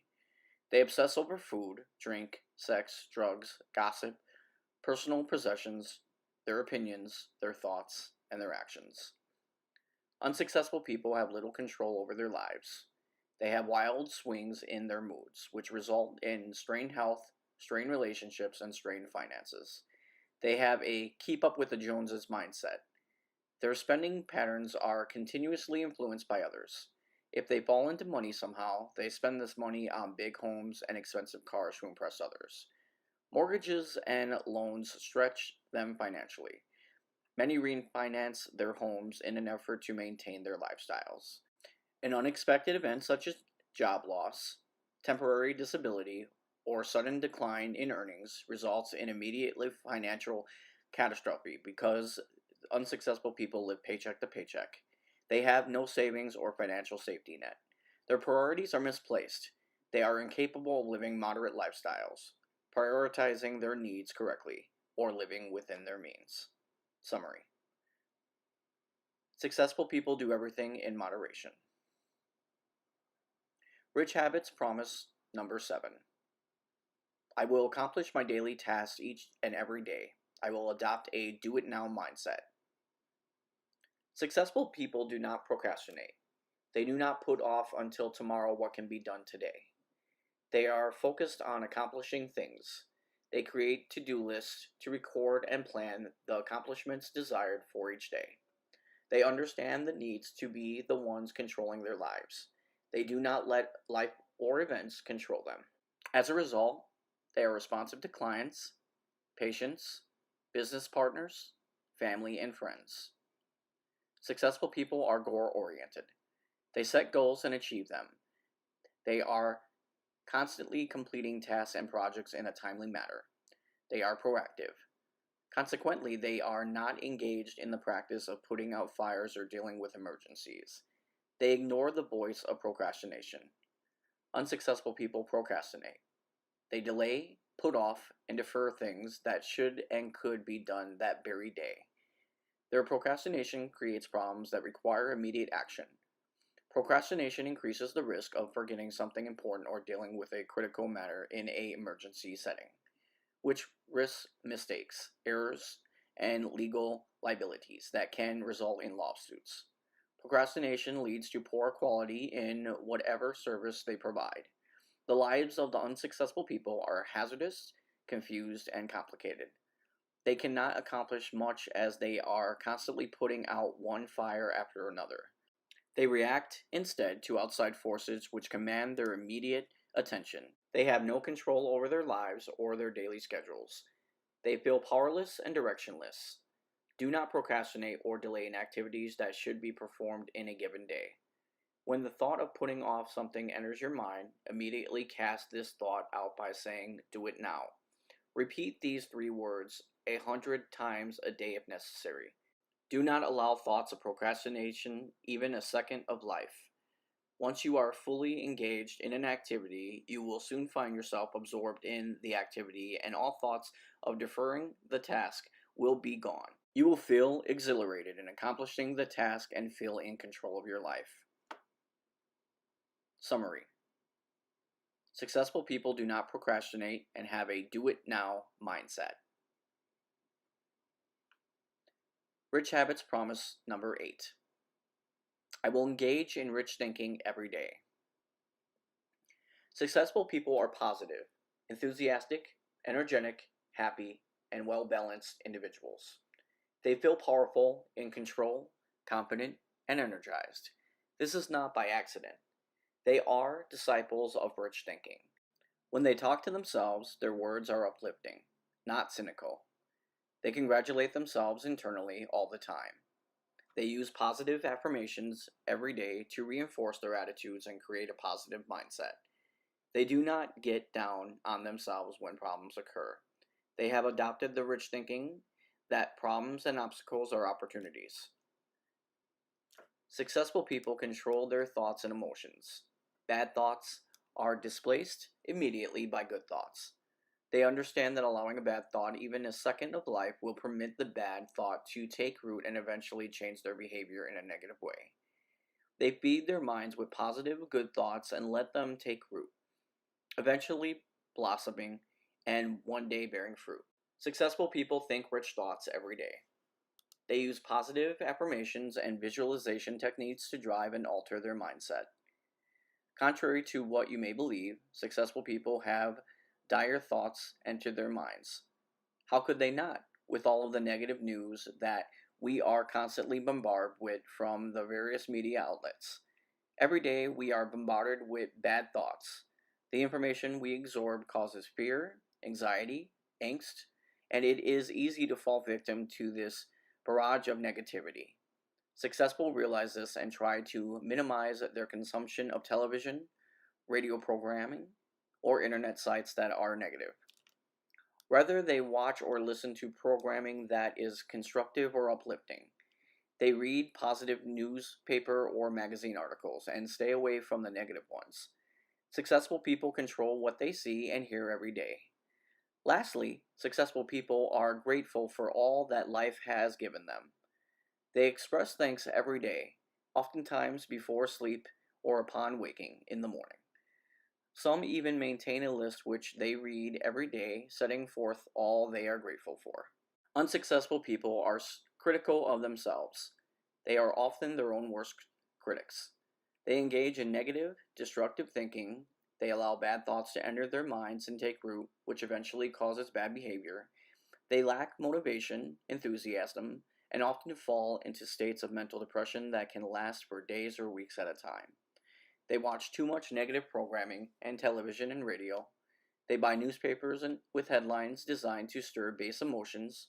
They frequent negative internet sites. They feel hopeless and powerless. One of the most successful techniques used to alter your mindset is to employ positive affirmations. These are words we can feed our minds every day to foster the attitude we desire. They need to be worded in such a way as if the trait you desire is already yours. Positive affirmations. I complete my to-do list every day. I accomplish my goals. I am lucky. I am successful. I make $300,000 a year. I own a vacation home in Long Beach Island. I am a senior executive in my company. I pay for my child's college tuition out of my earnings or savings. I love my job. I love working with others. I am confident. I have a large network of relationships. I call my parents every week. I am a certified public accountant. I live my life in moderation. Positive affirmations represent the picture of the individual you hope to be, the things you hope to achieve, assets you hope to own, and income you hope to earn. They must be specific and in the present tense to be effective. Make a list of positive affirmations and keep them by your side. Review them once in the morning, once in the afternoon, and once right before you go to sleep. Let these positive affirmations seep into your mind every day. They represent your most positive, good thoughts, and they will take root. Events and circumstances will begin to manifest themselves around your positive thinking, and opportunities will appear seemingly out of thin air. Summary. Successful people engage in rich thinking every day. Rich habit promise number 9. I will save 10% of my gross income every paycheck. Successful people pay themselves first, before any bills get paid. Successful people set aside 10% of their gross earnings into some savings, investment, or retirement vehicle. They invest their money wisely, watch over their savings regularly, and set realistic goals for their investment returns. They have high credit scores, know their net worth, and monitor their personal balance sheet. They use only the most qualified financial professionals to maximize their returns and minimize their taxes.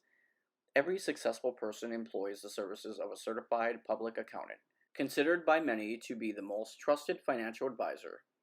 They may also seek out attorneys or certified financial planners who specialize in financial or estate planning. They use these professionals to help them manage their money and their taxes. Successful people have a retirement plan. They participate to the fullest extent permitted in retirement plans offered by their employers. Many of these retirement plans allow employers to put away, in a tax-deferred manner, 10% or more of their earnings each year. If their company does not have a retirement plan, they create their own retirement plan by funding individual retirement accounts. They add to these accounts with every paycheck. They have retirement goals. They monitor their retirement plans regularly and make course corrections in an effort to reach their retirement goal. Unsuccessful people pay themselves last. They live paycheck to paycheck, spending every penny to support their lifestyle. They are poor savers and carry excessive amounts of debt. They have home equity loans, which are tapped out, their credit cards are maxed out, and they can barely make the monthly minimum payments. They have poor credit scores. They do not manage or monitor their credit scores. Unsuccessful people do not participate regularly in employment retirement plans or fund their own retirement plan. Some gamble excessively and view the lottery as their retirement plan. They take risks, which are either unnecessary or not thought through. They don't set aside 10% of their earnings, and consequently, when they reach retirement age, they do not have enough retirement savings to allow them to retire with financial security. They rationalize that they cannot afford to set aside 10% of their earnings. They are unwilling to alter their lifestyle in order to save adequately. More often than not, unsuccessful people have no choice but to continue working well into their retirement years. Summary. Successful people pay themselves first by putting 10% of their paychecks into savings or retirement plans. Rich habit promise number 10. I will control my thoughts and emotions each and every day. Successful people are the masters of their thoughts and emotions. They do not fall prey to anger, jealousy, excitability, sadness, or other petty emotions. They cast out all bad thoughts and emotions. They do not allow them even a second of life. They understand that bad thoughts create bad decisions that result in bad consequences. They replace these bad thoughts and emotions with good thoughts and positive emotions. They use the following technique when faced with a difficult situation that presents itself: think, evaluate, and react. Thinking gives them time to understand the situation. Evaluating the situation buys more time to determine the correct course of action. Reacting is the last thing they do, and most likely will be the appropriate reaction, as they took the time to choose their reaction. Successful people are too busy to allow themselves to indulge in being sad or depressed. They engage in productive activities which takes their mind off their sadness or depression. They are constantly engaged in projects or self-improvement activities that promote positive feelings about themselves. Successful people feel as if they have total control over their emotions and thoughts. Unsuccessful people fall prey to petty emotions. They let their emotions rule their behavior. They become easily depressed and feel as if they have no control over their lives. They react before thinking. They have adopted the bad habit of ready, fire, aim. As a consequence of this, there are many unsuccessful people sitting in prisons throughout the world. Bad habits cause bad behavior, which result in bad decisions and ultimately a bad life. Bad thoughts occur when your mind is idle and not engaged in some constructive activity. You need to constantly be engaged in constructive activities, such as self-improvement, a worthwhile project, or a goal you want to accomplish. If you have a bad thought, immediately cast the bad thought out and refocus on the self-improvement activity, the constructive project, or the goal you wish to accomplish. Summary: successful people are the masters of their thoughts and emotions. The Rich Habits Training Program. Summary of the Rich Habits promises. Number 1. I will form good daily habits and follow these good daily habits each and every day. Number 2. I will set goals for each day, for each month, for each year, and for the long term. I will focus on my goals each and every day. Number 3. I will engage in self-improvement each and every day. Number 4. I will devote part of each and every day in caring for my health. Number 5. I will devote part of each and every day to forming lifelong relationships. Number 6. I will live each and every day in a state of moderation. Number 7. I will accomplish my daily task each and every day. I will adopt a do-it-now mindset. Number 8. I will engage in rich thinking each and every day. Number 9. I will save 10% of my gross income every paycheck. Number 10. I will control my thoughts and emotions each and every day. Chapter 6. The Client. When they turned the last page of the Rich Habits Training Program, the client lifted his head to see his accountant, J.C. Jobs. Staring at him, a slight smile drawing up the corners of his lips. "Well?" he asked. "That's a lot of information." "It is," J.C. replied, the smile spreading to his eyes and flushing his cheeks. "I want you to take the material home with you and think about the rich habits tonight. First thing tomorrow morning, I want you to pull out the material and begin following the program. Review the rich habits in the afternoon and again just before you go to bed. Do this for the next 30 days. Follow the program, review the habits, live the habits for the next 30 days. JC jotted down a date and time on the back of the business card and slid the card across the desk to his client. I'll see you in 30 days. The client woke early the next morning, eyes still cloudy from an early rise he was not yet accustomed to, and opened up the Rich Habits Training Program binder created for him by J.C. Jobs. Let's see, he said to himself. Rich habit number 1 requires me to list all of my bad habits in one column. The client did just as instructed. One by one he began to list all of his bad habits. I had no idea how many bad habits I had, he murmured to himself. As instructed by JC and the program materials, he began to invert his bad habits, one by one, turning them inside out. Bad habits. I gamble on sports too much. I smoke cigarettes. I go out to restaurants too much. I get to work late too often. I get up late in the morning. I don't pay enough attention to my wife. I eat too much junk food. I curse too much. I spend too much time at the bar. I watch too much television. Inverted good habits. I did not gamble on sports today. I did not smoke a cigarette today. I go to restaurants once a week. I get to work on time every day. I wake up at 5 a.m. every day.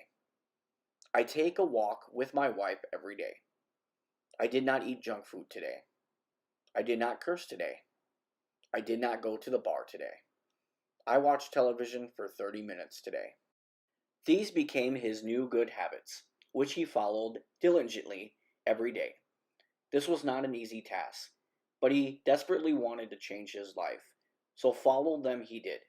The client began to notice subtle changes in his life almost immediately. The gambling, he learned, was not only draining his bank account, but was also taking time away from his wife and his business. He found that once he eliminated his gambling, he no longer spent time at night during the week in the local sports bar watching the teams he bet on. This meant he did not have to struggle as much to get up in the mornings. He found himself able to get to work much earlier than ever before, even after completing his Rich Habits morning ritual. The extra morning time in the office allowed him to get more things completed, allowing him to finish his workday with less stress and at a reasonable hour, and giving him more quality time at home with his wife.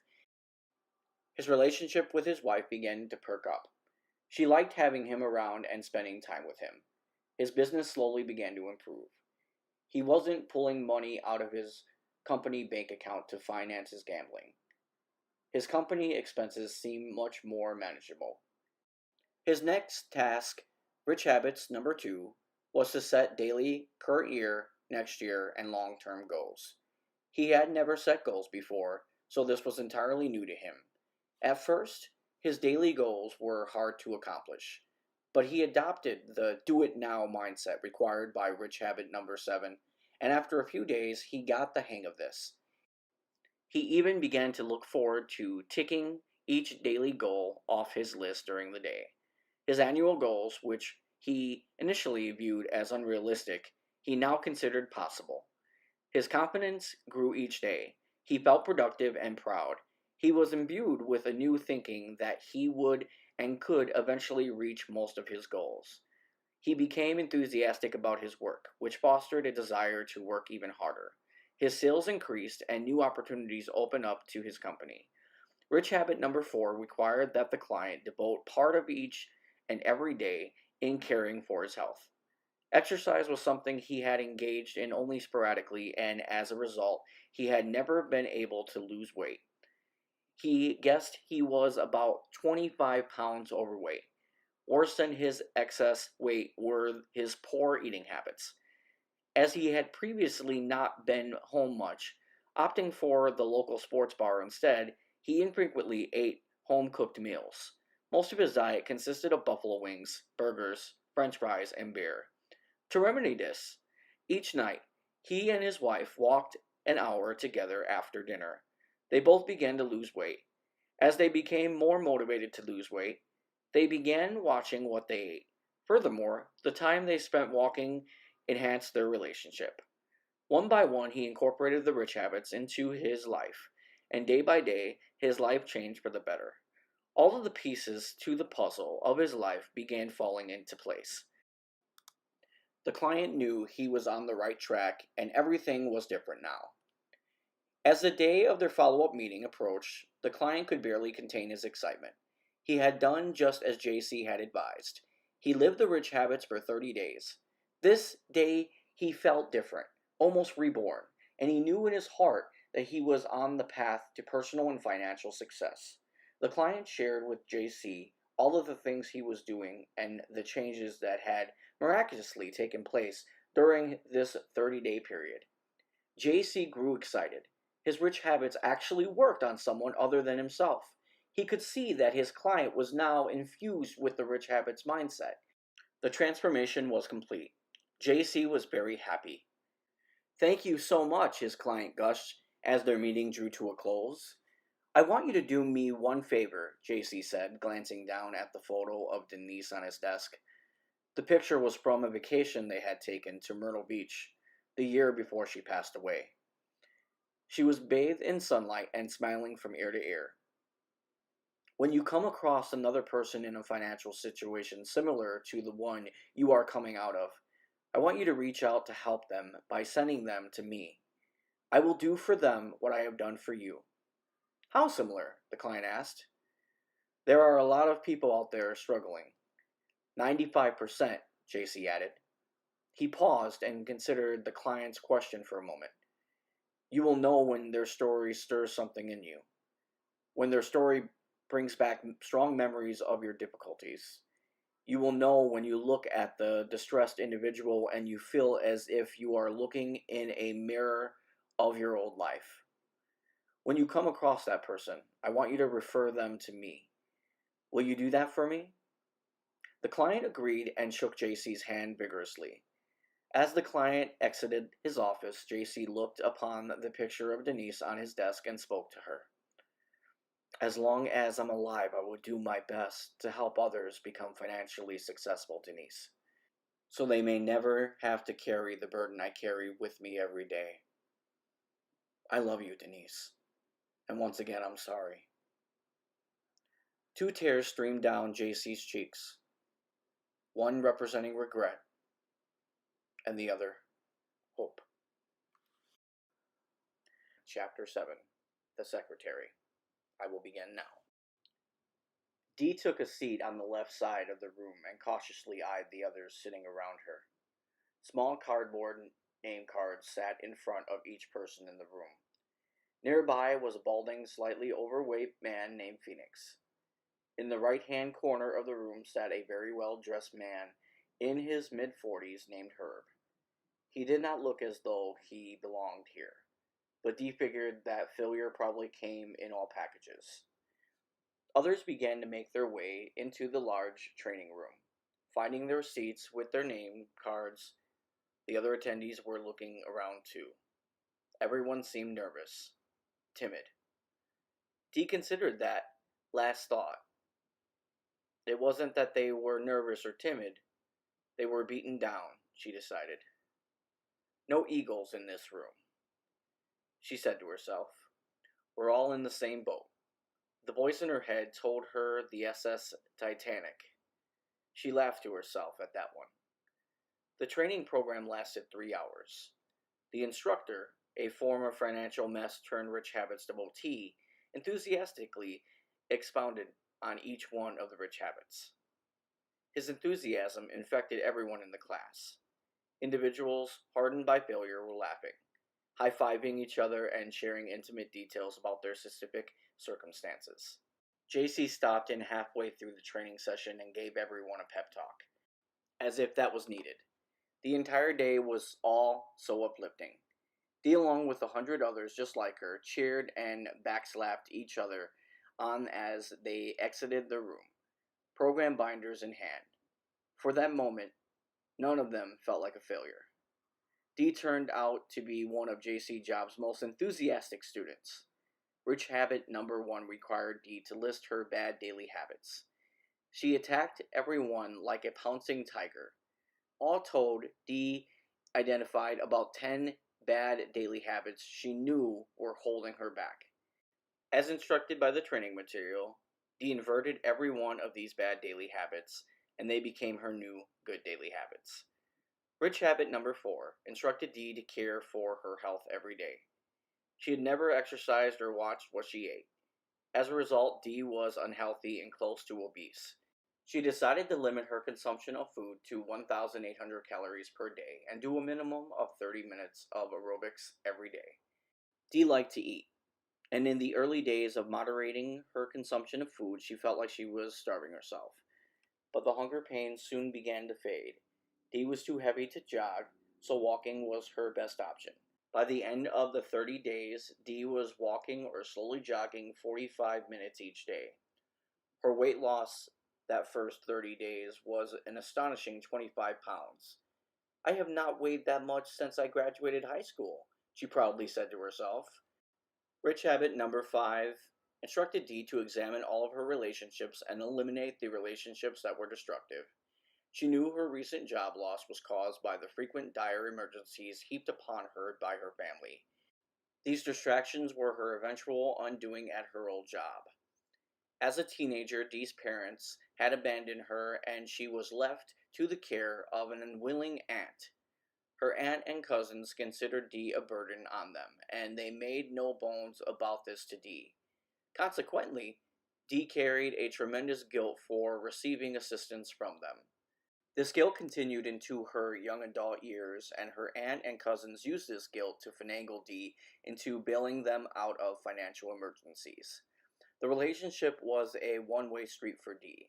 They took and took and took from her, never giving back.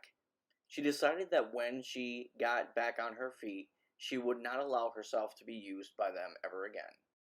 One rich habit at a time, she began to reinvent herself. Feeling confident one day, Dee reached out to her old boss, John Andrews. She wanted her job and her kind old boss back. Somehow Dee talked him into meeting her for lunch. At lunch, Dee told John about the Rich Habits training program she was going through. John was impressed. He could see the effectiveness of the training in her obvious weight loss. Dee told John she had pulled away from her manipulating cousins and that she was not going to allow herself to be distracted that way by anyone or anything ever again. She told him she was confident she would be able to meet John's often articulated high expectations for her. John agreed to take Dee back for one more try, as he put it. Despite Nina's initial objections at her return to the company, Dee and Nina soon became fast friends. Nina, who ran most of the operations, found herself delegating more and more of her responsibilities to Dee. Some years later, Nina took over as CEO of Sunblade, and Dee took over Nina's operational responsibilities. Dee, with JC Jobs' enthusiastic support, took it upon herself to conduct Rich Habit training sessions for all Sunblade employees. The Rich Habits fever gripped the entire organization. John eventually sold his interest in Sunblade to Nina, Dee, and some of the other key employees, who all worked very hard to grow the company to a much bigger enterprise than the one John left them, making everyone financially very well off. Perhaps the most important thing to come out of Dee's Rich Habits transformation was her fight to gain control over her weight and health. At 44 years of age, Dee can proudly look in the mirror at a lean and healthy reflection. To memorialize her second chance at life, thanks to the Rich Habits, Dee runs the Philadelphia Half Marathon every year. This year, Dee will run her 20th half marathon. Chapter 8, The Car Dealer. Herb may have been one of the most functional of all of his Rich Habits students in his training class. His deficiencies were not many, but the few he had were devastating to his financial life. The one rich habit he realized he was violating every day was rich habit number 5. I will devote each and every day to forming lifelong relationships. Herb had always viewed the customer as a one-time sale. He never took the time to build any relationships with the customers in his sales career. His attitude towards the customer, exhibited by his cutthroat selling skills, while very effective as an employee, became a cancer to his organization. It trickled down to the service department, the finance and insurance department, and to the sales department, creating a culture that kept away former customers. As a consequence, the dealership was forced to chase new customers every day. The old ones simply never came back to buy cars. Worse, they rarely frequented the service department, a major source of revenue in any car dealership. Herb committed to changing his dealership's culture to a more customer-friendly one. The first thing Herb did was to put up a large sign in front of his dealership, under new management. He wanted everyone within, staff, and without customers, his dealership to share the perception that things had changed at the dealership. Next, he reached out to his old boss, the one he had fought with many times over his treatment of customers. He confided in his old boss about the Rich Habits training he was undergoing. His old boss was interested in helping Herb and agreed to meet with him twice a week to help educate him on successful customer relationship management techniques. He also introduced Herb to some valuable banking relationships that enabled him to refinance his existing debt and secure an extension on his floor plan financing. This brought Herb the time he needed to retrain his staff and allow for the change in the dealership's culture to take effect. In time, Herb's business improved. He had learned to treat his customers like gold. He was able to pay off his debts to the bankers and eventually no longer required floor plan financing, as he could self finance his inventory. He bought a second dealership some years later, and then a third, and a fourth, and so on, as the years passed by. Today, Herb is not only one of the largest automobile dealers in New England, he is also one of the top instructors at J.C. Jobs' Rich Habits Foundation, a nonprofit organization established by JC to offer free Rich Habits training to those who do not have the financial means to afford the cost of attendance. Herb considers his proudest accomplishment the fact that he has trained nearly 10,000 individuals in the Rich Habits. Chapter 9: The Insurance Salesman. The day following his Rich Habits training, Phoenix got busy. He reviewed each one of the Rich Habits. The one that bothered him the most was Rich Habit number 3. I will engage in self-improvement every day. For the longest time, Phoenix had convinced himself that he hated his job and must have missed his calling in life, whatever that calling might be. As such, he never truly devoted himself to his work. This was evidenced by his disdain for reading anything having to do with his profession. He rarely, if ever, read any of the life insurance industry trade periodicals he'd received each month. He knew this had to change. The Rich Habits had opened his eyes to this glaring deficiency in his professional life. Phoenix committed that first morning to reading his technical material 30 minutes each day.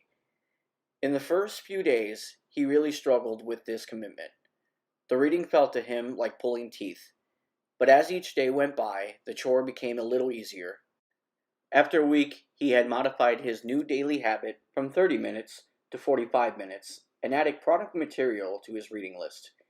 He began keeping a notebook on new facts or sales strategies that came from his reading. His notebook began to fill up. He tested some of the sales strategies and seemed to have some luck. His pipeline started to fill up with solid leads. His appointments nearly doubled, which he acknowledged to himself was not hard to accomplish given his previous lead conversion success. Nonetheless, he was proud of his achievement. The more he read, the more successful he seemed to have scheduling appointments, and the new strategies he was testing out were increasing his closing rates. Rich Habits number 4 states, I will devote part of each and every day in caring for my health.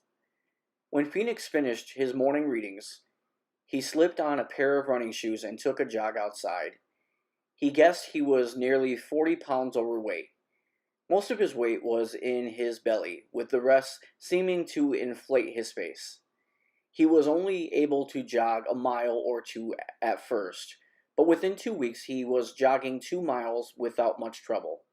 2 miles increased to 3 miles, and his weight began to fall off.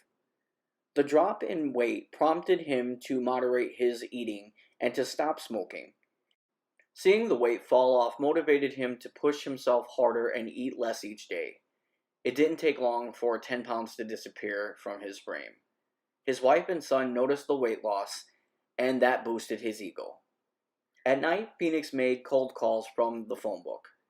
He never liked doing that before, but now he added this to his daily go-to-do list. He still hated the cold calling, but he remained committed to making these calls every night. A few cold calls panned out. One created a referral opportunity that led to a large life case. In fact, that case turned out to be one of the largest in his career.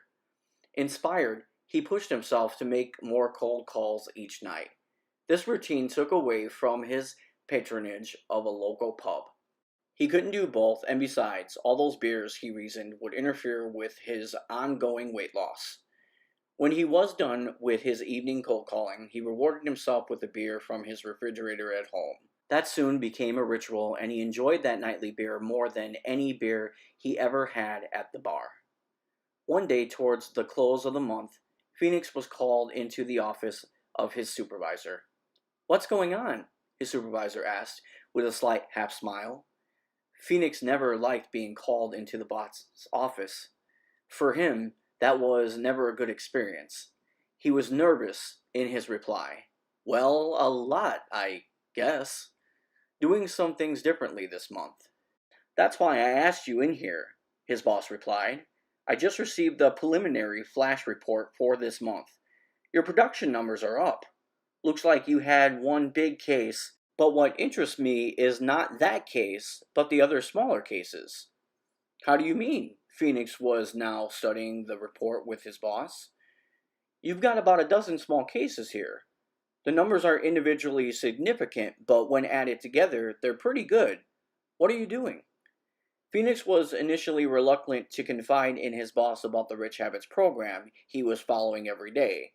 This was such a personal thing to Phoenix, but his boss seemed sincerely interested, and his reluctance soon abandoned him. He gave his boss an overview of the experiment he was undertaking. His boss was impressed. "That's great, Phoenix. I think you're on to something." His boss opened his drawer and handed him an envelope. "What's this?" Phoenix asked, looking at an envelope with his name on it. The envelope looked like a paycheck envelope to him. "Open it up," his boss urged, a smile drawing up the corner of his lips. Phoenix opened the envelope, and to his surprise, there was a check for $1,000 made out to his name. "What's this for?" he asked in disbelief. He had never received any check before from his boss other than his meager paycheck. "You came in third this month, in production numbers. Third qualifies you for a monthly production bonus." Phoenix's facial expression advertised his shock. His boss grabbed his hand, pulled it to him, and shook it vigorously. That night, Phoenix showed his wife the check. "I feel like framing this," he told his wife. "I never got one of these before." His wife hugged him and said, "Let's celebrate. Let's go out to dinner." Phoenix held that thought in his head for a moment, then replied, "No, I can't. I've got to make some phone calls tonight. Let's celebrate Friday instead. Is that okay?" "Sure, that's fine. We'll celebrate Friday." The monthly production bonus became a reoccurring event for Phoenix.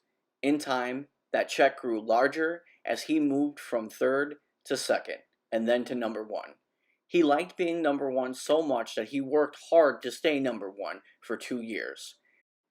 After one of his most productive months, his boss asked Phoenix if he could train some of the others in the office in the Rich Habits. Phoenix approached J.C. Jobs, who enthusiastically approved of the idea. The training decision turned out to be a wise one. In a short period of time, the firm's profit began to grow and grow as one producer after another increased their production numbers. Phoenix was able to send his son to college and then graduate school. He gained control over his weight, spending, and savings. Phoenix continued to climb the company ladder, taking on more and more responsibility and conducting Rich Habits training for all new hires. Chapter 10. The pews were filled, yet people continued to fill the church. Some stood 3 deep. When there was no more room inside the church, the crowd spilled out into the church steps. The mass of mourners wound their way along the sidewalks in front of and across the church. The entire block was filled with people. The church bells rang loudly, but could not drown out the chattering and sobs of the mourners. An altar boy scuttered about outside, with some wires and speakers so that those outside the church could participate in the ceremony inside. "He saved my life," one of the onlookers could be heard saying to another above the din of the noise. "Mine too," another chimed in. Soon, a chorus of "Me Too's" reverberated outside the church. An old man rose from his pew in the front of the altar and slowly made his way to the podium. He adjusted his glasses as he pulled out his notes, took a deep breath, and looked out upon the crowd of mourners. Then down at his notes.